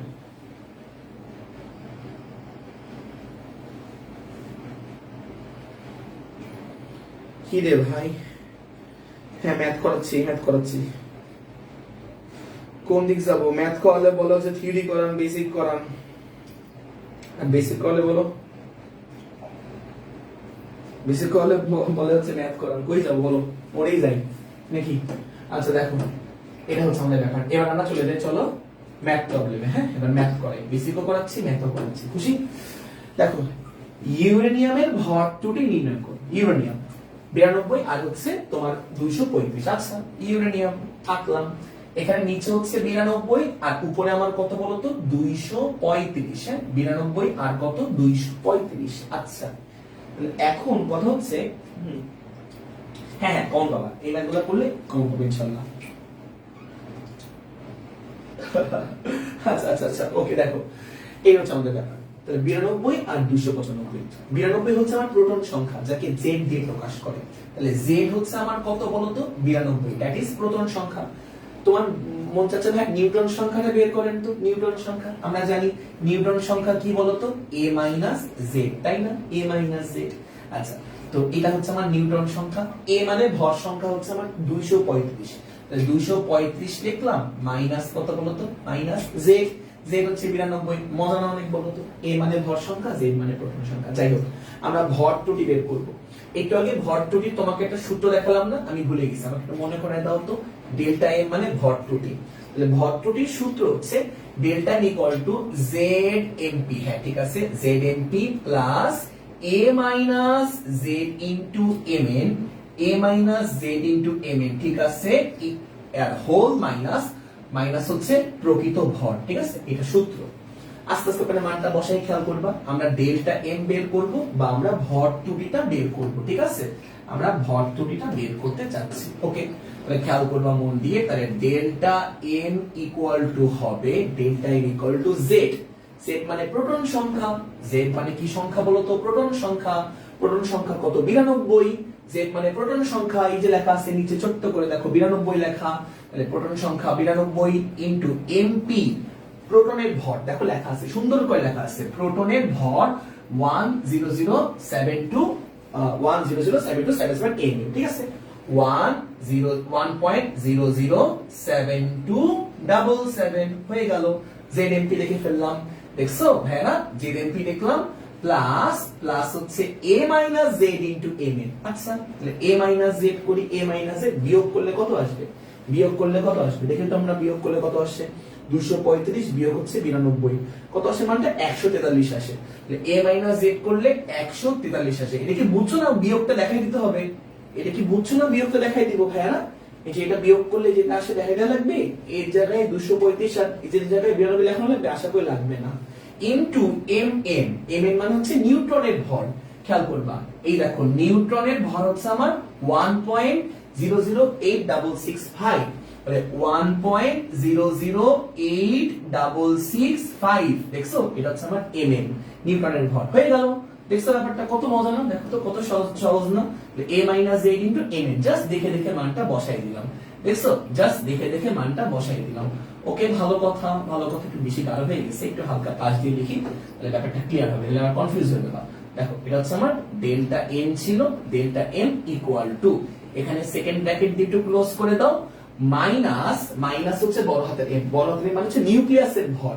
দেখো তো ভাইয়া ইউরেনিয়ামের নিউক্লিয়াসের ভর বা প্রকৃত ভর দেওয়া আছে, দেখো এই যে এত এমইউ দেওয়া আছে, এটা হচ্ছে ইউরেনিয়ামের প্রকৃত ভর 236.05, 200 সবসময় দেওয়া থাকবে 236 দশমিক কত 05 26 কত আসে মানটা বলো, ডেল্টা এম এর মানটা কত আসে আমাকে বলো, বলো আমাকে ডেল্টা এম এর মানটা কত আসে আমাকে বলো, বুঝছো তো জিনিসটা?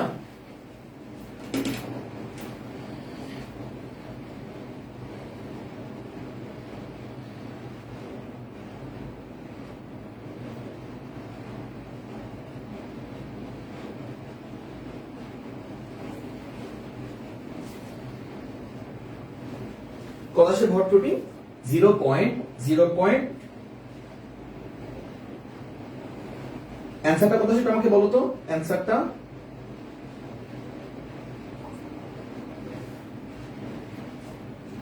কত সেটা আমাকে বলো, 0.8, হ্যাঁ 0.855, ঠিক আছে 855 এত। সবগুলো আমরা এএমইউ এককে বসাইছিলাম না, সবগুলো আমরা এএমইউ তে কিন্তু বসাইছি, বুঝছো? 559, আরো বেশি লাইন সংখ্যা নেই, 55979, ঠিক আছে 79 এত, সবগুলো কিন্তু আমরা এএমইউ এককে বসাইছিলাম। তো আমার ডেল্টা এমটা কিন্তু এএমইউ তে আসবে, ডেল্টা এমটা কিন্তু আমার এএমইউ এককে আসবে, বুঝছো? যেহেতু আমরা সবকিছু এএমইউ তে বসাইছি। আচ্ছা, আমাদের কিন্তু অঙ্কটা কিন্তু গ নাম্বারটা হয়ে গেছে, গ নাম্বার অঙ্কটা, কিন্তু আমার মন যাচ্ছে ইউরেনিয়ামের বন্ধন শক্তিটা আমরা একটু বের করে দেখাই। বন্ধন শক্তি দেখো, এখান থেকে বন্ধন শক্তিকে আমরা ই দিয়ে প্রকাশ করলাম। ই দুইটা ফর্মুলা, একটা হচ্ছে তুমি মনে রাখবা ডেল্টা এম ইনটু কি বলতো, সি স্কয়ার, ঠিক আছে? আরটা হচ্ছে E equal to delta M into 931.5, 931.5, মোটামুটি দুইটা ফর্মুলা, 931.5 এত মেগা ইলেকট্রন ভোল্ট, বুঝছো? আর এটা হচ্ছে জুল এককে আসবে, এটা জুল এককে আসবে, বুঝছো? কোনটা অ্যাপ্লাই করব?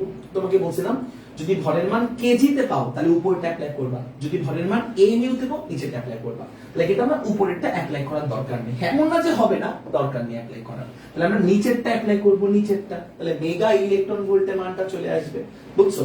জাস্ট ডেল্টা এম এর জায়গায় এটা বসাবা আর 931.5 এ বসাই ফেলবা, তাহলে তুমি ই এর মানটা বের করতে পারবা, বন্ধন শক্তি বের করতে পারবা। বুঝতে পারছো ব্যাপারটা? বুঝতে পারছো এই জিনিসটা ভালো করে? হ্যাঁ,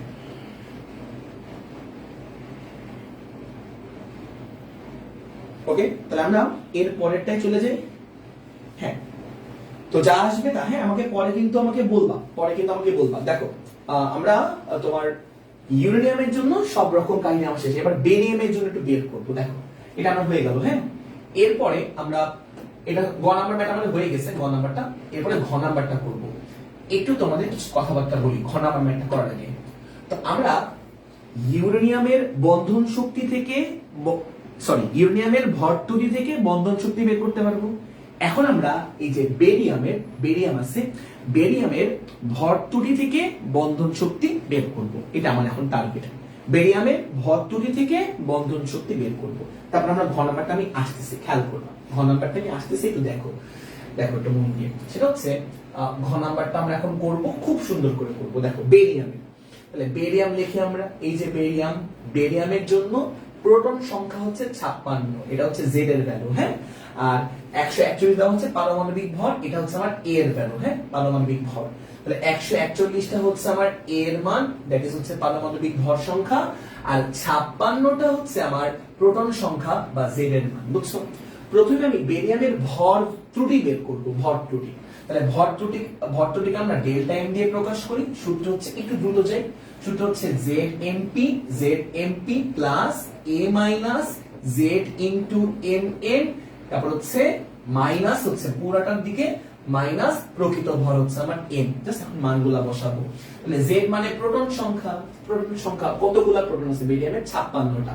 তাহলে Z এর জায়গায় 56 বসাবা, 56 ইনটু MP মানে প্রোটনের ভর কত দেওয়া? 1.007277, তাহলে 1.007277 প্রোটনের ভর হয়ে গেল, plus A minus Z, A minus Z মানে হচ্ছে 141 মাইনাস 56। তাহলে আমরা মোটামুটি সবাই জানি 141 মাইনাস 56, 141 মাইনাস 56 কত? 85। A মাইনাস Z আসবে হচ্ছে 141 মাইনাস 56, দ্যাট ইজ হচ্ছে 85, ঠিক আছে? A মাইনাস Z হচ্ছে আমার 85, ঠিক আছে? A মাইনাস Z, খেয়াল করবা এই যে আমরা A মাইনাস Z টা লিখবো, A মাইনাস Z হচ্ছে আমাদের কি বলতো? 85। লিখে আমরা 85 লিখলাম আমরা, A minus Z 85 into Mn মানে হচ্ছে নিউটনের ভর। নিউটনের ভর কত? এই যে দেওয়া আছে 1.00 1.00865 1.00865 এটা হচ্ছে আমার নিউটনের ভর। ওকে, তাহলে এই দেখো আমি পুরোটা লিখলাম, পুরোটা মাইনাস হচ্ছে ক্যাপিটাল এম, মানে হচ্ছে ভর, আসল ভর, নিউক্লিয়াসের ভর। তাহলে বেরিয়ামের নিউক্লিয়াসের ভর কত? 140.91 আর 140 খেয়াল করবা 0.9132। আমাকে একটু ডেল্টা এম এর মানটা ক্যালকুলেশন করে বলো তো কত আসে। ডেল্টা এম মানে ভরটুটি, আমাকে একটু দ্রুত করে ক্যালকুলেশন করে বলো তো ডেল্টা এম কত আসে। আমি সবকিছু কিন্তু এএমইউ এককে বসাইছি, এএমইউ অ্যাটমিক মাস ইউনিট এককে কিন্তু আমি বসাইছি এএমইউ। তাহলে ডেল্টা এমটা আমার এএমইউ তে আসবে, বলো।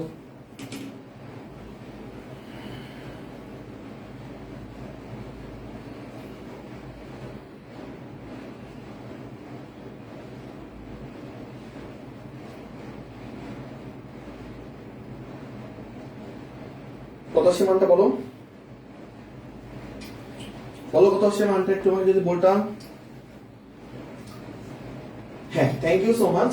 ডেল্টা আসছে 1.224। হ্যাঁ, 224 এত এএমইউ। এখন আমরা পেয়ে গেলাম এখান থেকে সবার কি এটা আসছে? আচ্ছা 1.203 সবার কি আসছে একটু যদি বলতাম ভালো করে, একদম পুরো মান সহ। 1.23। আচ্ছা তাহলে তোমাদেরটা একটু বলতেছি।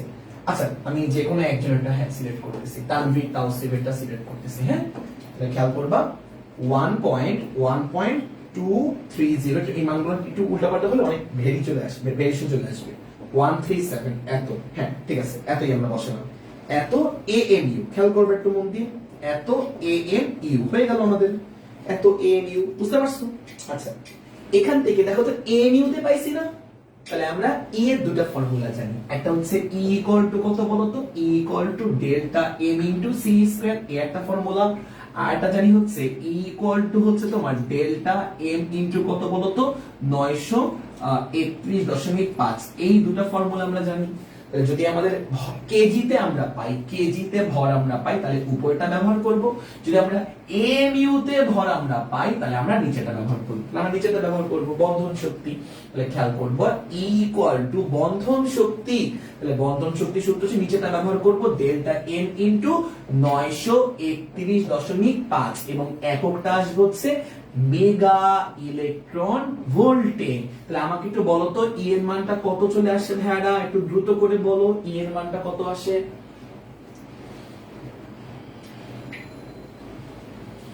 দেখো তো ই এর মানটা কত আসে।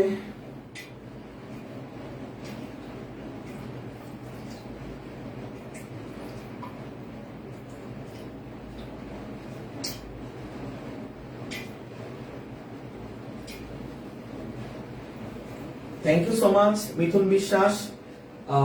11145.87 মেগা ইলেকট্রন ভোল্ট। বুঝতে পারছো ব্যাপারটা? এমন কিছু আসলো আমার ই এর মান। এটা কিন্তু আমার বন্ধন শক্তি। এটা আমার কি বলতো, বন্ধন শক্তি। আমাকে না এটা বের করতে বলে নাই, আমাকে বের করতে হবে নিউক্লিয়ন প্রতি বন্ধন শক্তি। খেয়াল করো, এটা তো বন্ধন শক্তি বা বাইন্ডিং এনার্জি। আমাকে বের করতে হবে নিউক্লিয়ন প্রতি বন্ধন শক্তি, নিউক্লিয়ন প্রতি বন্ধন শক্তি।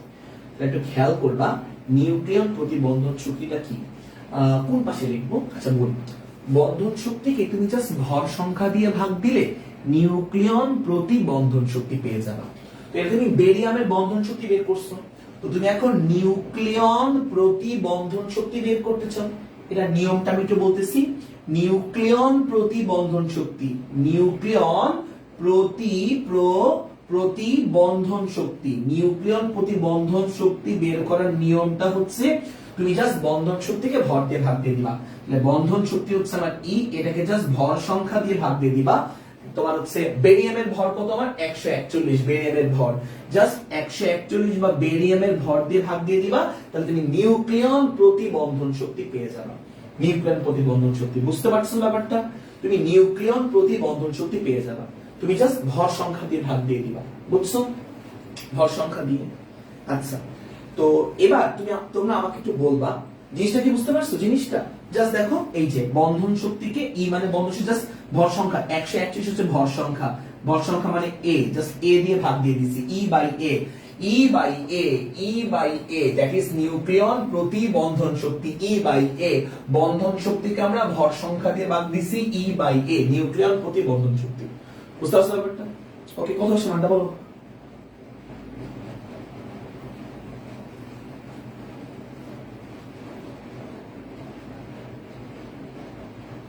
কখন এই কখ পড়াচ্ছি না, যাই হোক স্পামিং করে আসলে স্বপ্নকে, লাইফে কিছু হবে না আসলে যারা এরকম স্পামিং করে, কখনো দেখি না। ঠিক আছে, প্রায় হচ্ছে 4-5 বছর তো হয়ে গেল টিচিং ক্যারিয়ারে। যাই হোক, ওকে, হ্যাঁ, এত মেগা ইলেকট্রন ভোল্ট, এটা হচ্ছে নিউক্লিয়ন প্রতি বন্ধন শক্তি। বুঝতে পারছো ব্যাপারটা? নিউক্লিয়ন প্রতি বন্ধন শক্তি এত। এবার তুমি আমাকে একটু বলবা 1145.87, ঠিক আছে, ডিভাইড বাই হচ্ছে 141। আচ্ছা, হ্যাঁ, এটা তো বুঝছো। তুমি এখন ইউরেনিয়ামের জন্য কিন্তু নিউক্লিয়ন প্রতি বন্ধন শক্তি বের করতে পারবা। দেখো তো, তুমি একটু এর আগের অঙ্কে আমাকে বলবা, এর আগের অঙ্কে তুমি ইউরেনিয়ামের জন্য এর আগের অঙ্কে নিশ্চয়ই ডেল্টা এম বের করছিলা, তাই না? কত আসছিল আমাকে একটু বলবা, কত আসছিল ডেল্টা এমটা? তারপর সেখান থেকে তুমি ই বের করছিলা, ই মানে বন্ধন শক্তি বের করছিলা। এটা কত ছিল? ডেল্টা এম ইনটু কি বলতো, 931.5, তাই না? এটা ডেল্টা তুমি আগের অঙ্কে বের করছো ভরটুকি ইউরেনিয়ামের জন্য। তারপরে 931.5 গুণ করে তুমি ই এর মানটা পাইছিলা। আমাকে এটাও বলবা যে ই এর মানটা কত আসছিল, এটা আমাকে একটু বলবা। মেগা ইলেকট্রন ভোল্টে পাবো। আমাকে এটাও বলবা যে ই এর মানটা মেগা ইলেকট্রন ভোল্টে কত আসছিল ফর ইউরেনিয়াম। ফর কি বলতো? ফর ইউরেনিয়াম, ঠিক আছে? ইউরেনিয়ামের জন্য একটু আমি এখন তোমাদের জন্য ক্যালকুলেশন করতে চাচ্ছি। ইউরেনিয়ামের জন্য খেয়াল করবা, ইউরেনিয়ামের জন্য একটু ক্যালকুলেশন করতে চাচ্ছি ফর ইউরেনিয়াম। তাহলে এটা আমাকে বলতো ই এর মানটা কত আসছিল। এখন আমরা ইউরেনিয়ামের নিউক্লিয়ন প্রতি বন্ধন শক্তি দেখব। ইউরেনিয়ামের নিউক্লিয়ন প্রতি বন্ধন শক্তি দেখব। নিউক্লিয়ন প্রতি বন্ধন শক্তি, ঠিক আছে? ইউরেনিয়ামের নিউক্লিয়ন প্রতি বন্ধন শক্তি এটা কেমনে বের করে? এটা বের করার নিয়মটা হচ্ছে জাস্ট বন্ধন শক্তিকে তুমি তোমার ইউরেনিয়ামের ভর দিয়ে ভাগ দিয়ে দিবা। ভর, ইউরেনিয়ামের ভর কত? 235। জাস্ট হচ্ছে বন্ধন শক্তিকে 235 দিয়ে ভাগ দিয়ে দিবা, 235, ঠিক আছে? বন্ধন শক্তিকে নাও লিখে দাও। কত আসছে? Thank you so much. ইউরেনিয়ামের জন্য এই যে এটা আসছে ই বাই 235। ওকে, খুবই ভালো খাদিজা খান। আরে খাদিজা খান, ভেরি গুড, থ্যাংক ইউ। তাহলে এই মানটা কত আসলো? প্রথম গোপ অনেক সুন্দর করে উত্তর দিতেছে। এটা আসছিল 0.0.8555979 ANU আসছিল এই মানটা। দেন পরের মানটা আসছিল 700 সামথিং, 97.34। দেন নিউক্লিয়ন প্রতি বন্ধন শক্তি আসবে কত বলতো? 3. যাই হোক 3.36 বলো বা 3.39 বলো, এত, ঠিক আছে? এত মেগা ইলেকট্রন ভোল্ট। বুঝতে পারছো? আচ্ছা, এবার আমরা গ্রাফ আঁকবো। কি আঁকবো বলতো? গ্রাফ আঁকবো, গ্রাফ। তাহলে এবার গ্রাফটা আঁকাটা তো অনেক বেশি সোজা। গ্রাফটা আঁকাটা অনেক বেশি সোজা। গ্রাফ, জাস্ট গ্রাফ আঁকবো আমরা, মজা। গ্রাফ আঁকা তো অনেক মজা। জাস্ট তোমাদের ডাটাগুলো থেকে গ্রাফ আঁকবো। দেখো গ্রাফটা কি? ওয়াই অক্ষে তুমি দিবা হচ্ছে এনার্জি, নিউক্লিয়ন প্রতি এনার্জি, এনার্জি বা নিউক্লিয়ন প্রতি এনার্জি, এনার্জি পার নিউক্লিয়ন, এনার্জি পার কি বলতো? পার নিউক্লিয়ন, নিউক্লিয়ন প্রতি এনার্জি। বুঝতে পারছো ব্যাপারটা? এনার্জি পার নিউক্লিয়ন ওয়াই অক্ষে। আর এক্স অক্ষে তুমি দিবা হচ্ছে ভর সংখ্যা। কোশ্চেনে বলা আছে যে ভর সংখ্যা। দেখো নিউক্লিয়ন প্রতি বন্ধন শক্তি বনাম ভর সংখ্যা, ভর সংখ্যা। এক্স অক্ষে তুমি দিবা হচ্ছে ভর সংখ্যা। এখানে ভর সংখ্যা তো দুইটা, এটা হচ্ছে 235 আর একটা 141, ঠিক আছে? দাও দাগ দাও, মনের মাধুরী মিশায় আঁকবা। এখানে তুমি মনে করো দিলা 141, এই যে ভর সংখ্যা 141, আর একটু দূরে গিয়ে তুমি দিলা 235, এখানে ভর সংখ্যা 235। বুঝছো? আচ্ছা, আর আমরা কি কি মান পাইছি বলতো? কি কি মান পাইছি? এটা 3.39 আর একটা কত? 3.39 আর একটা কত? আর একটা কত পাইছিলাম বলতো?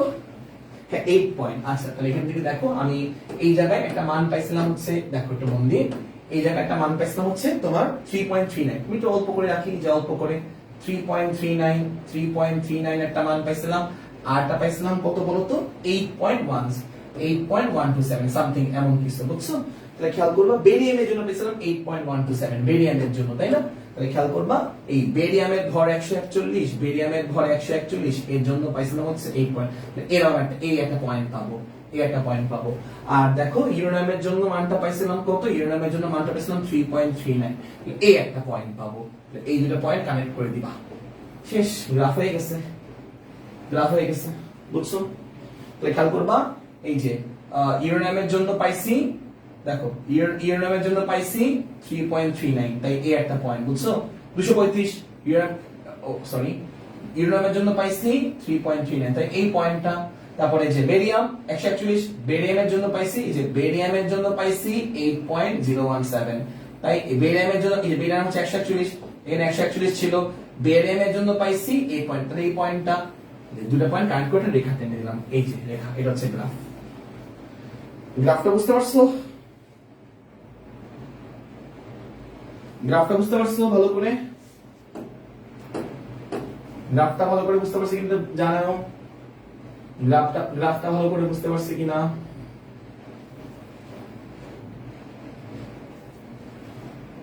এটা পারবা তোমরা? আচ্ছা, এই মান এটা কি পারবা না করে দিব একটু বলো তো? এই মান এটা কি পারবা না করে দিব আমাকে বলো? এটা 14 নম্বর 2016, এটা কি পারবা না করে দিব এটা আমাকে বলো? হ্যাঁ, শর্ট সিলেবাসে থাকবে না কেন?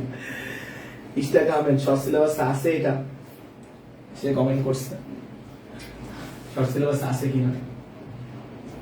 আচ্ছা যাই হোক, দেখো এরপরে হচ্ছে আমরা এই ম্যাথটা করার চেষ্টা করি, এই ম্যাথটা, বুঝছো?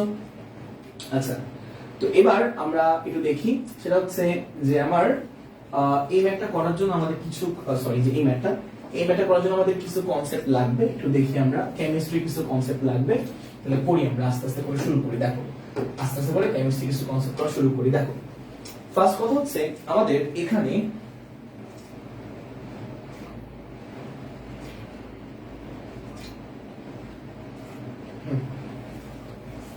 দেখো ফার্স্ট কথা হচ্ছে আমরা জানি যে একটা পরমাণুর তোমার হচ্ছে কক্ষপথ থাকে, পরমাণুর হচ্ছে তোমার বিভিন্ন কক্ষপথ থাকে। যেমন আমি যদি ধরি, ধরো এটা হচ্ছে আমাদের এক্স পরমাণু, এক্স পরমাণুর অনেকগুলো কক্ষপথ থাকতে পারে। তাহলে এটা হচ্ছে আমার প্রথম কক্ষপথ, এটা হচ্ছে আমার দ্বিতীয় কক্ষপথ, এটা তৃতীয় কক্ষপথ, চতুর্থ, পঞ্চম, এরকম করে n সংখ্যক কক্ষপথ থাকতে পারে। তাহলে প্রথম কক্ষপথে আমার n = 1 হয়, দ্বিতীয় কক্ষপথে n = 2 হয়, তৃতীয় কক্ষপথ বা চতুর্থ কক্ষপথে n = 4 হয়, পঞ্চম কক্ষপথে n = 5 হয়। বুঝতে পারছো ব্যাপারটা একটু? আচ্ছা, তো এখন এটা আমার x মৌল, যে কোনো মৌল, বুঝতে পারছো? আচ্ছা, তো এবার মনে করো তোমার মন চাচ্ছে যে তুমি পঞ্চম কক্ষপথের ব্যাসার্ধ বের করতে চাও। পঞ্চম কক্ষপথের, মনে করো এখানে একটা ইলেকট্রন আছে, এই যে ইলেকট্রন, এই ইলেকট্রনটা পঞ্চম কক্ষপথে আছে, এর ব্যাসার্ধ বের করতে চাও। এটা আমার কেন্দ্র, এটা আমার কেন্দ্র। খেয়াল করবা এখান থেকে এইটুকু কিন্তু আমার ব্যাসার্ধ, পঞ্চম কক্ষপথের ব্যাসার্ধ। পঞ্চম কক্ষপথের ব্যাসার্ধকে কিন্তু আমরা R5 দিয়ে প্রকাশ করতে পারি, পঞ্চম কক্ষপথের ব্যাসার্ধ। তোমার মন চাচ্ছে না, তুমি চাচ্ছ চতুর্থ কক্ষপথের ব্যাসার্ধ বের করতে। এখান থেকে এইটুকু হচ্ছে আমার চতুর্থ কক্ষপথের ব্যাসার্ধ, চতুর্থ কক্ষপথের ব্যাসার্ধকে আমরা R4 দিয়ে প্রকাশ করতে পারি। তোমার মন চাচ্ছে না তৃতীয় কক্ষপথের ব্যাসার্ধ বের করব, তৃতীয় কক্ষপথের ব্যাসার্ধ তৃতীয়, এখান থেকে এইটুকু হচ্ছে আমার তৃতীয় কক্ষপথের ব্যাসার্ধ। দেখো এই যে প্রথম, দ্বিতীয়, তৃতীয়, তাহলে তৃতীয় কক্ষপথের ব্যাসার্ধকে আমরা R3 দিয়ে প্রকাশ করতে পারি। ঠিক আছে ব্যাপারটা? বুঝছো? এরকম করে আর কি কক্ষপথের ব্যাসার্ধ বের করা যায়। ঠিক আছে, তো n তম কক্ষপথের ব্যাসার্ধ বের করার সূত্রগুলা কি কি আমি একটু লিখে দিচ্ছি, এই জায়গাগুলো একটু দেখো। n তম কক্ষপথের ব্যাসার্ধের সূত্র, তো লিখে নাও n তম কক্ষপথের ব্যাসার্ধের সূত্র, n তম কক্ষপথের ব্যাসার্ধের সূত্র। দেখো একটু মন দিয়ে, হ্যাঁ, n তম কক্ষপথের ব্যাসার্ধের সূত্র। দেখো n তম কক্ষপথের ব্যাসার্ধের সূত্র।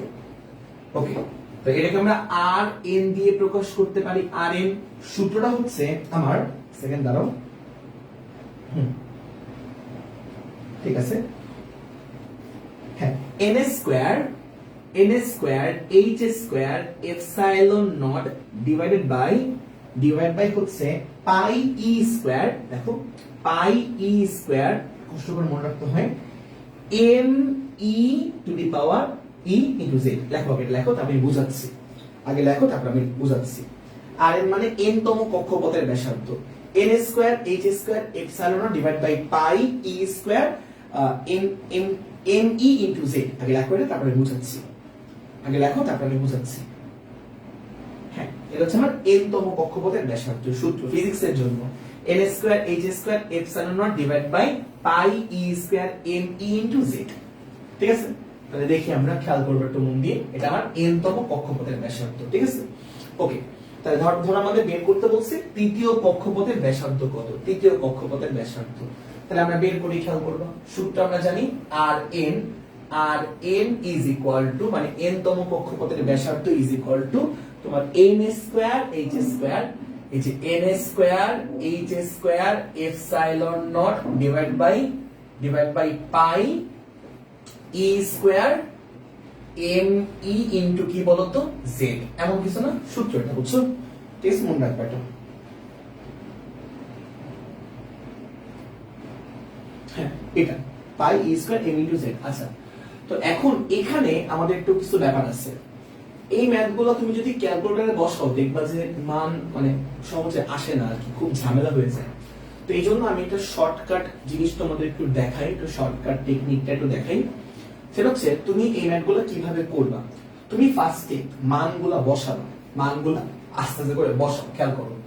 rn বের করতে চাও, rn মানে n তম কক্ষপথের ব্যাসার্ধ, মানগুলো আস্তে আস্তে করে বসাও। n স্কয়ার আর z বাদে বাকি সবার মানগুলো বসাই ফেলবা, n স্কয়ার আর z বাদে। এই যে আমার n স্কয়ার আর এই যে আমার z, এই দুজন বাদে বাকি সবার মানগুলো বসাই ফেলবা, বাকি সবার মানগুলো আস্তে আস্তে করে বসাই, খেয়াল করো আস্তে আস্তে করে। n স্কয়ার এর মান বসাবা না, z এর মানটা বসাবা না, পরে বসাবা। h স্কয়ার, h মানে প্লাঙ্কের ধ্রুবক, that is 6.636 into 10 to the power minus কত 34। ওকে, h স্কয়ার, তো তাহলে এটাকে স্কয়ার লিখবা, এই যে স্কয়ার লিখলাম। এপসাইলন নট এই মানটা মুখস্থ, 8.858 into 10 to the power minus 12। ঠিক আছে, 8.854 নেবি, 8.854 10 টু দি পাওয়ার মাইনাস 12। এটা হচ্ছে মনে রাখবা, এটা হচ্ছে এপসাইলন নট এর মান। ঠিক আছে, এই দেখো h স্কয়ার এপসাইলন নটটা লিখে ফেললাম, h স্কয়ার। n স্কয়ার এর মানটা আপাতত বসানো না, n স্কয়ারটা n স্কয়ার এর মতই থাকলো, n square divide by pi e square, pi এর মানটা হচ্ছে তুমি বসাবা 3.1416 বসাবা ইনটু ই স্কয়ার, ই মানে ইলেকট্রনের চার্জের মান, that is 1.6 into 10 to the power minus 19। ঠিক আছে, এটাকে আবার স্কয়ার করতে হবে। এমই মানে ইলেকট্রনের ভর হচ্ছে 9.1 into 10 to the power minus 31 KG into Z. এই জেড এর মানটা বসাবা না, বুঝছো? n স্কয়ার আর z টা কিন্তু একটু আলাদা রাখবা। n স্কয়ার এর মানটাও সরি n স্কয়ার এর মানটাও বসাবা না, আবার z এর মানটাও বসাবা না, বুঝছো? উপরে n স্কয়ারটা n স্কয়ার মতো লিখে দাও আর z টা z এর মতো লিখে দাও। ওকে, এই হচ্ছে আমাদের ব্যাপার, z টা z এর মতো লিখে দাও, এই হচ্ছে আমাদের ব্যাপার। দেখি আমরা খেয়াল করো একটু মন দিয়ে, এইটুকু আমরা বুঝতে পারছি। ওকে, তাহলে এখানে আমরা এরপরে এই যে ক্যালকুলেশনটা, এটা ক্যালকুলেটরে অনেক সময় আসে না মানটা, এই জন্য আমি এইভাবে দেখাচ্ছি। অনেক সময় এই মানটা ক্যালকুলেটরে আসে না, তাই জন্য তুমি কি করবা, তাই জন্য এরপরে একটা সংখ্যা তুমি লিখবা, সংখ্যা। সেটা হচ্ছে এই পুরা কনস্ট্যান্ট সবগুলোর পরিবর্তে তুমি কি লিখবা, খেয়াল করো। rn ইকুয়াল টু ফার্স্টে কনস্ট্যান্টের মানগুলো বসাবা, তারপর তুমি একটা সংখ্যা লিখবা, সেটা হচ্ছে 0.53 লিখবা, 0.53।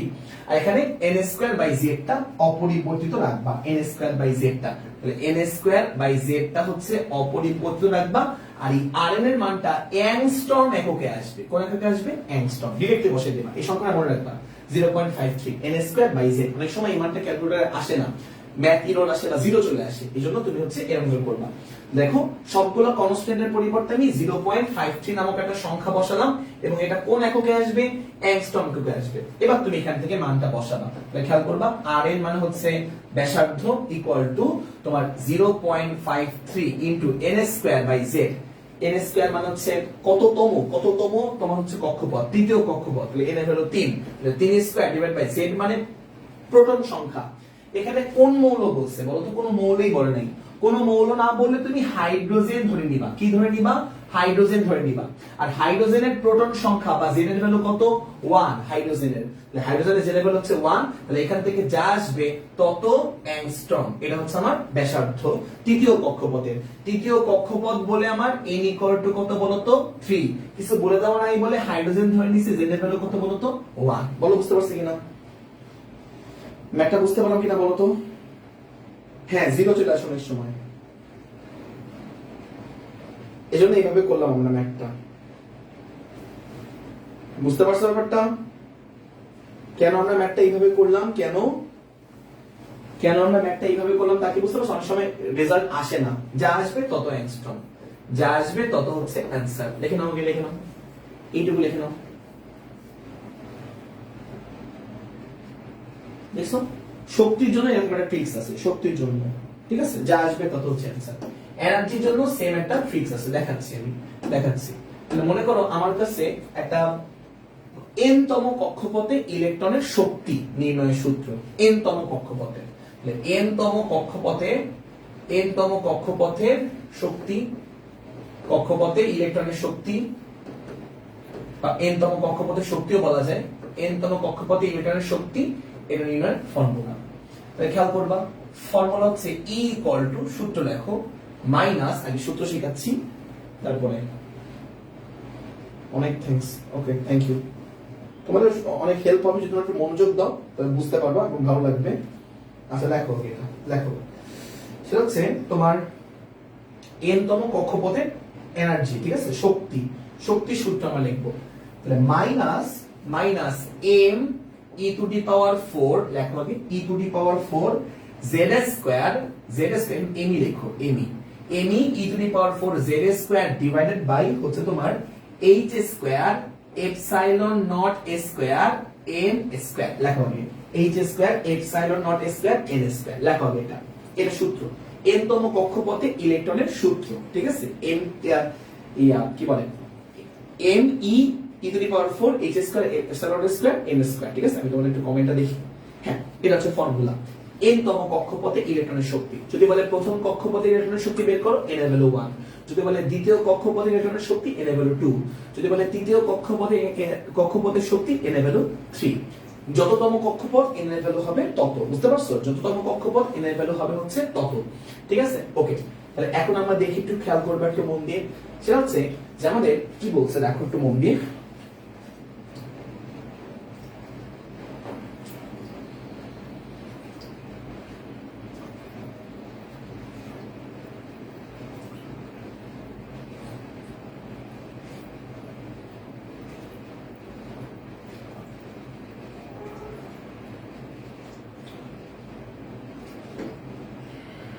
ওকে, ঠিক আছে, যাই হোক, তাহলে এখন আমরা একটু দেখি, খেয়াল করবা, এটা হচ্ছে সূত্র। আমার এখানে কি বলছে দেখো, আমার এখানে একটা ইলেকট্রন চতুর্থ কক্ষপথ থেকে তৃতীয় কক্ষপথে ফেরত আসছে, চতুর্থ কক্ষপথ থেকে তৃতীয় কক্ষপথে ফেরত আসছে, ঠিক আছে? আচ্ছা, তো দেখি আমরা, তাহলে এই যে আমার একটা মনে করো হচ্ছে একটা পরমাণু আমি আঁকি, খেয়াল করবা এই জায়গাটায়। তাহলে আমার একটু মোটামুটি করে চিত্রটা আঁকার চেষ্টা করি। এটা হচ্ছে আমার মনে করো পরমাণু, ঠিক আছে? পরমাণু মানে নিউক্লিয়াস। এটা আমার প্রথম কক্ষপথ, এটা আমার দ্বিতীয় কক্ষপথ, এটা আমার তৃতীয় কক্ষপথ, এটা আমার চতুর্থ কক্ষপথ, ঠিক আছে?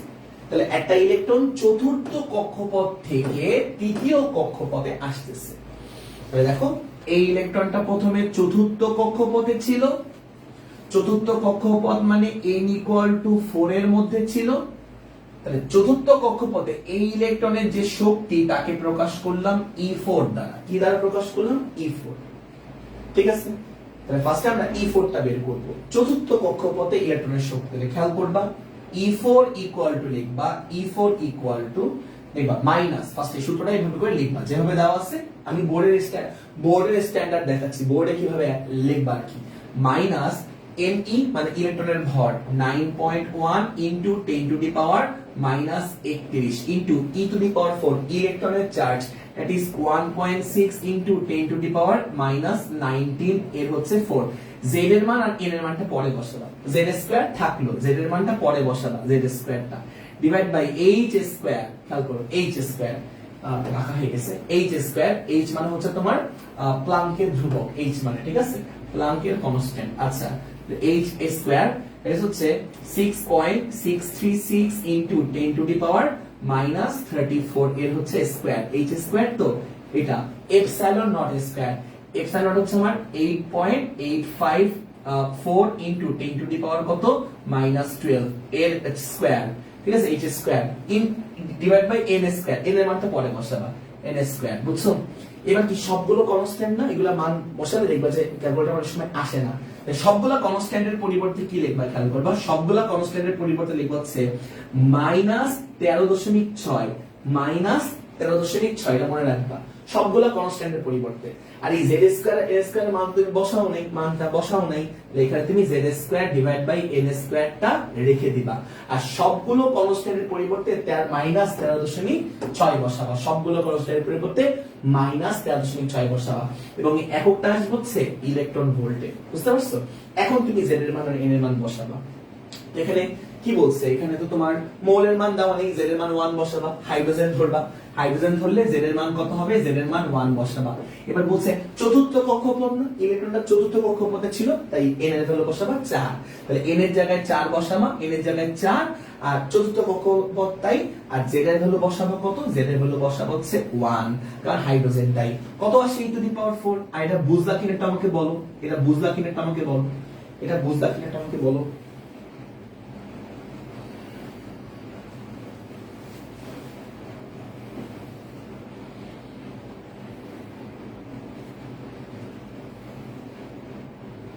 ও ওই মেথডে তোমার ওই ব্যাসার্ধের জন্য 0.5 কে অ্যাংস্ট্রম হবে, আর শক্তির জন্য এনার্জির জন্য এটা তোমাকে মনে রাখবা যে মাইনাস 13.6, এটা মনে রাখতে হবে, হ্যাঁ মনে রাখতে হবে, কিছু জিনিস মেমোরাইজ করতে হয়, তো মনে রাখতে হবে জিনিসটা।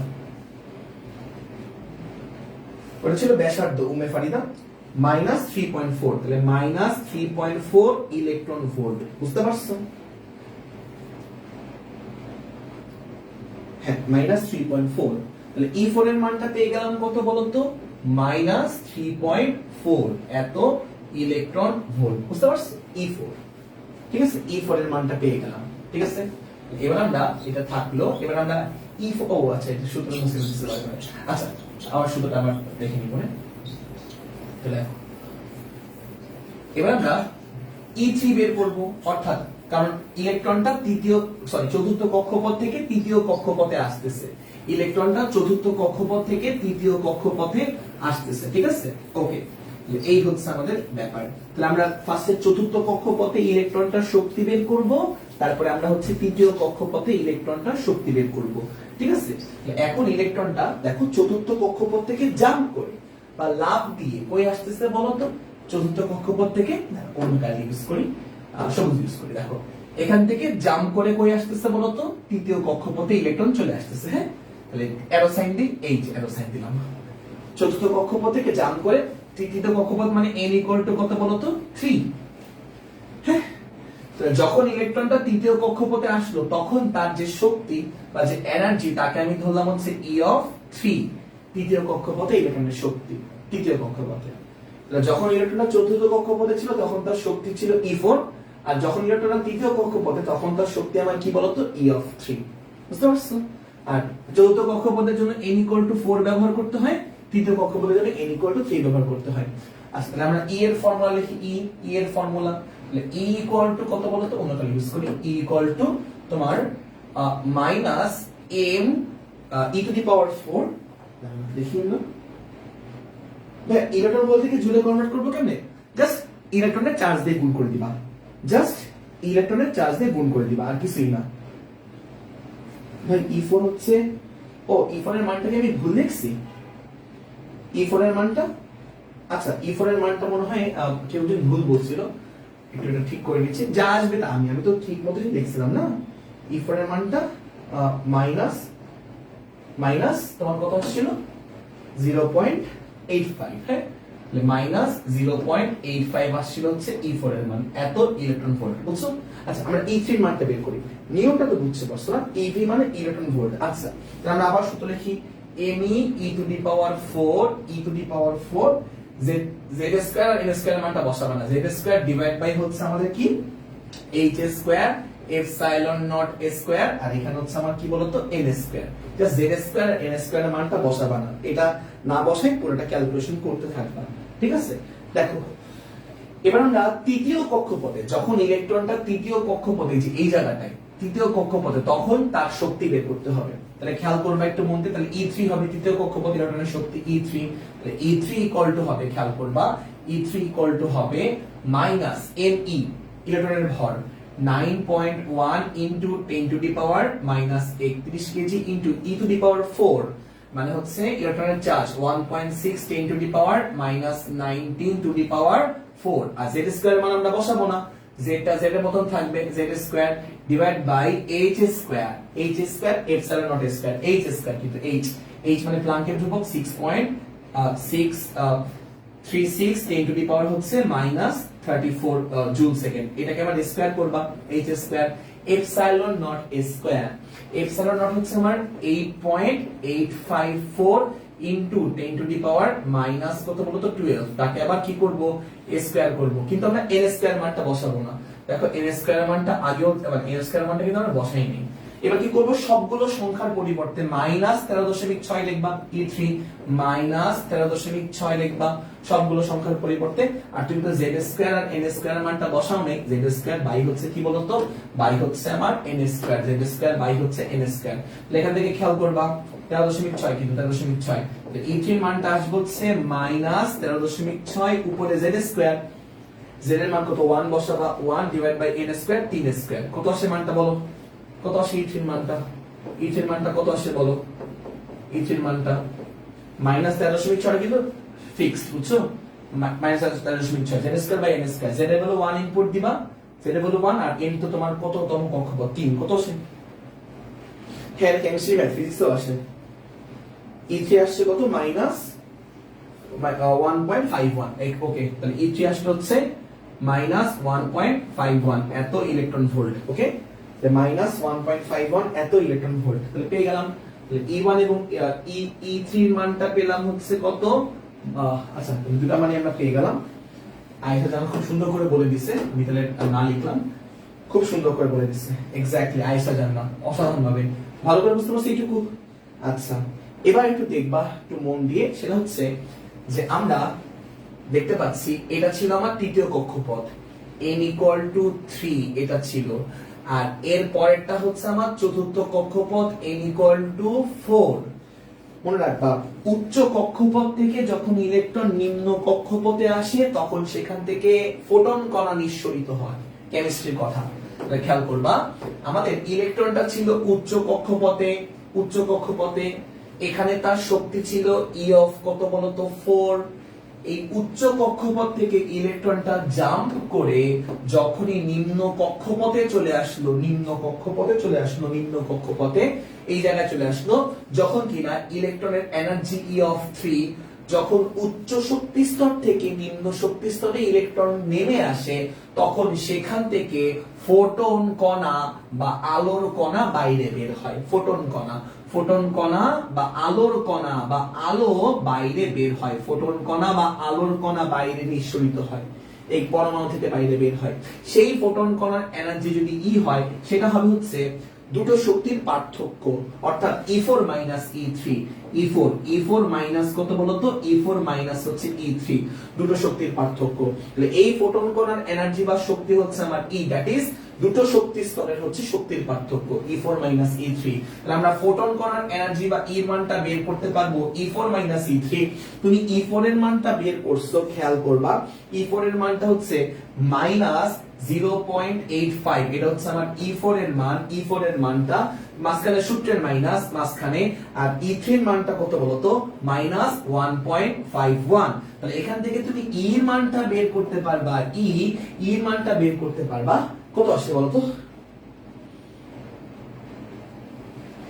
E এর মানটা বের করতে পারবা কত আসে বলতো, E এর মানটা মাইনাস 0.85 প্লাস 1.51, কত সে মানটা 0.66 এত ইলেকট্রন ভোল্ট, বুঝতে পারতেছো ব্যাপারটা, এত ইলেকট্রন ভোল্ট। হ্যাঁ, তাহলে এটা হচ্ছে ফোটন কণা বা আলোর কণা, যেটা কিনা বাইরে নিঃসরিত হয়েছে বাইরে। ঠিক আছে, যখন ইলেকট্রন উচ্চ শক্তি স্তর থেকে নিম্ন শক্তি স্তরে গমন করে তখন সেখান থেকে ফোটন কণা বাইরে বের হয়, এখান থেকে ফোটন কণা বাইরে বের হয়। সেই ফোটন কণার এনার্জি হচ্ছে আমার E = দুইটা শক্তি স্তরের শক্তির পার্থক্য, E4 - E3। এখান থেকে আমরা ইটা বের করে ফেললাম, ফোটন কণার শক্তি। এই শক্তিটা তুমি জুল এককে দেখো, E = হচ্ছে জাস্ট এই সংখ্যাটার সাথে ইলেকট্রনের চার্জ গুণ দাও 1.6 × 10⁻19। তাহলে এই পুরা মানটা হচ্ছে জুলে কনভার্ট হয়ে যাবে পুরা মানটা। এখান থেকে তুমি এই ফোটন কণার তরঙ্গদৈর্ঘ্য বা ল্যাম্ডা বের করো। এই ফোটন কণার যে আলোর কণাটা বের হয়েছে তার তরঙ্গদৈর্ঘ্য বা ল্যাম্ডাটা বের করো, পারবা? আমরা জানি E = দেখো E = হচ্ছে hf, E = hf, আবার f মানে হচ্ছে c বাই ল্যাম্ডা, f মানে c বাই কি বলতো ল্যাম্ডা। এখান থেকে ল্যাম্ডাটা বের করবা, ল্যাম্ডা তরঙ্গদৈর্ঘ্য ল্যাম্ডা বের করবা, hc বাই e থাকবে, hc বাই e থাকবে। এখান থেকে ল্যাম্ডাটা আমাকে একটু বের করে বলবা আলোর তরঙ্গদৈর্ঘ্য কত আসবে, তুমি সবার মান জানো। দেখো আমরা জানি E = hc বাই ল্যাম্ডা, সূত্র ফোটন কণার হচ্ছে এনার্জি সূত্র, E = hc বাই ল্যাম্ডা, যেখানে ল্যাম্ডা মানে আলোর তরঙ্গদৈর্ঘ্য। যেই ফোটন কণাটা নির্গত হয়েছে তার ওয়েভলেন্থ বা তরঙ্গদৈর্ঘ্য, তার ওয়েভলেন্থ বা হচ্ছে তরঙ্গদৈর্ঘ্য। এটার মাধ্যমে আমরা বুঝতে পারবো সেটা দৃশ্যমান নাকি দৃশ্যমান না। দেখো ল্যাম্ডা কত আসে,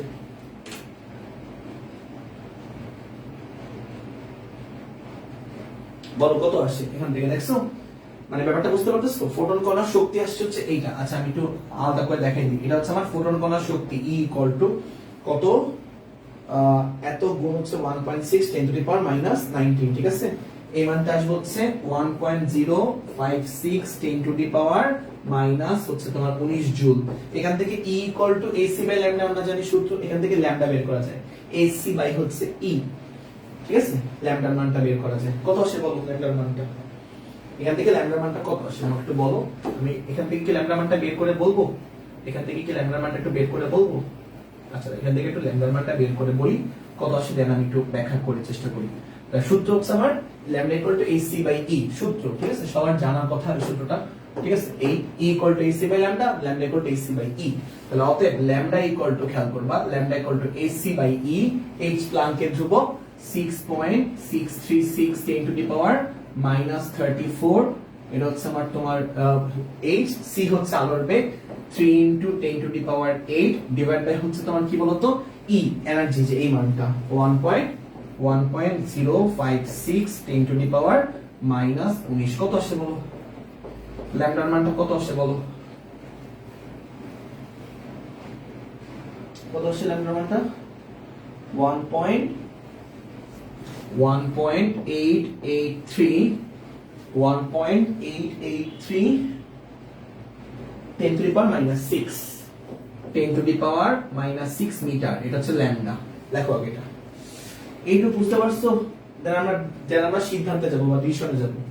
এইটুকু বুঝতে পারছো কিনা বলো। দেন আমরা লাস্টলি যে আমাদের সৃজনশীলে যে সিদ্ধান্ত বলতেছে সেই সিদ্ধান্তে আমরা যাওয়ার চেষ্টা করব। লাস্টলি আমরা যে সিদ্ধান্ত আমাদের বলতেছে সেই সিদ্ধান্তে আমরা যাওয়ার চেষ্টা করব। বলো এইটুকু বুঝতে পারছি কিনা?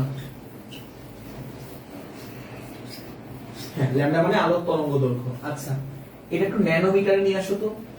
আমাকে কেউ কি বলতে পারবা 1 মিটার সমান কত ন্যানোমিটার?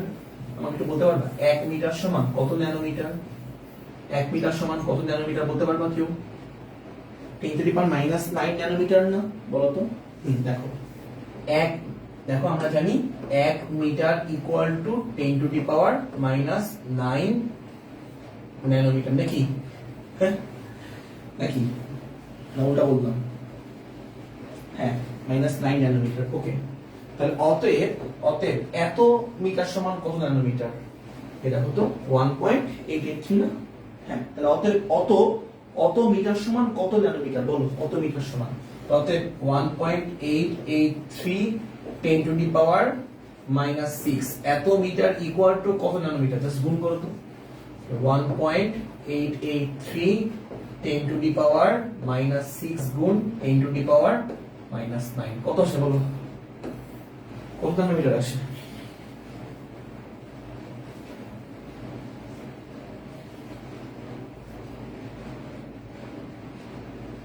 এই ভুল হয়েছে কিন্তু 1 মিটার সমান হচ্ছে 10⁹ ন্যানোমিটার, ভুল হয়েছে কিন্তু 10⁹ ন্যানোমিটার প্লাস 9, বুঝছো? Plus 9 nanometre. 1 মিটার সমান 10⁻+9 ন্যানোমিটার, এটাই হচ্ছে, দেখছো? এটাই প্লাস 9 ন্যানোমিটার, ঠিক আছে? তাহলে এখান থেকে আমার আসবে হচ্ছে, দেখো এখান থেকে আসবে হচ্ছে 1.+9 কিন্তু, হ্যাঁ, মানে 1 মিটার সমান 10⁻+9 ন্যানোমিটার, হ্যাঁ। একটু দাঁড়াও, মুছে নিচ্ছি আবার, একটু মুছে নিচ্ছি।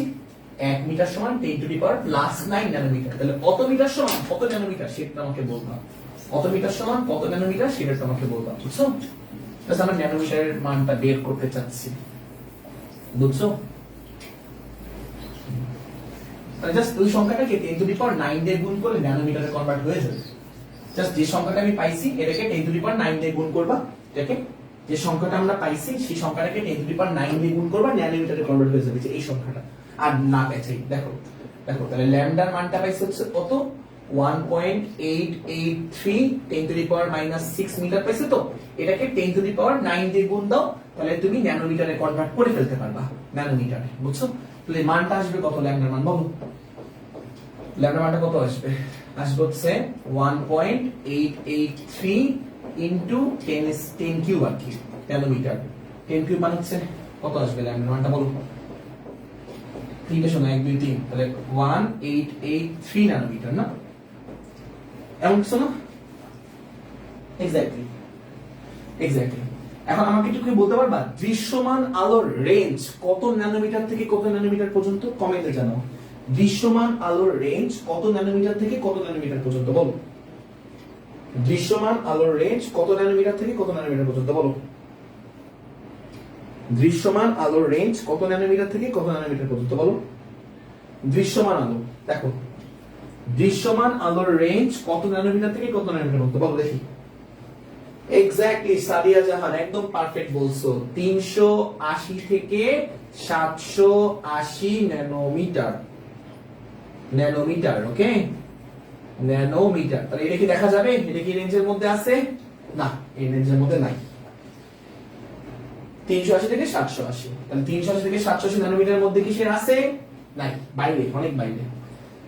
ঠিক আছে, তাহলে আজকে আর ক্লাস না নিয়ে এই পর্যন্ত নেই, তাহলে আজকে এতটুকুই থাকলো।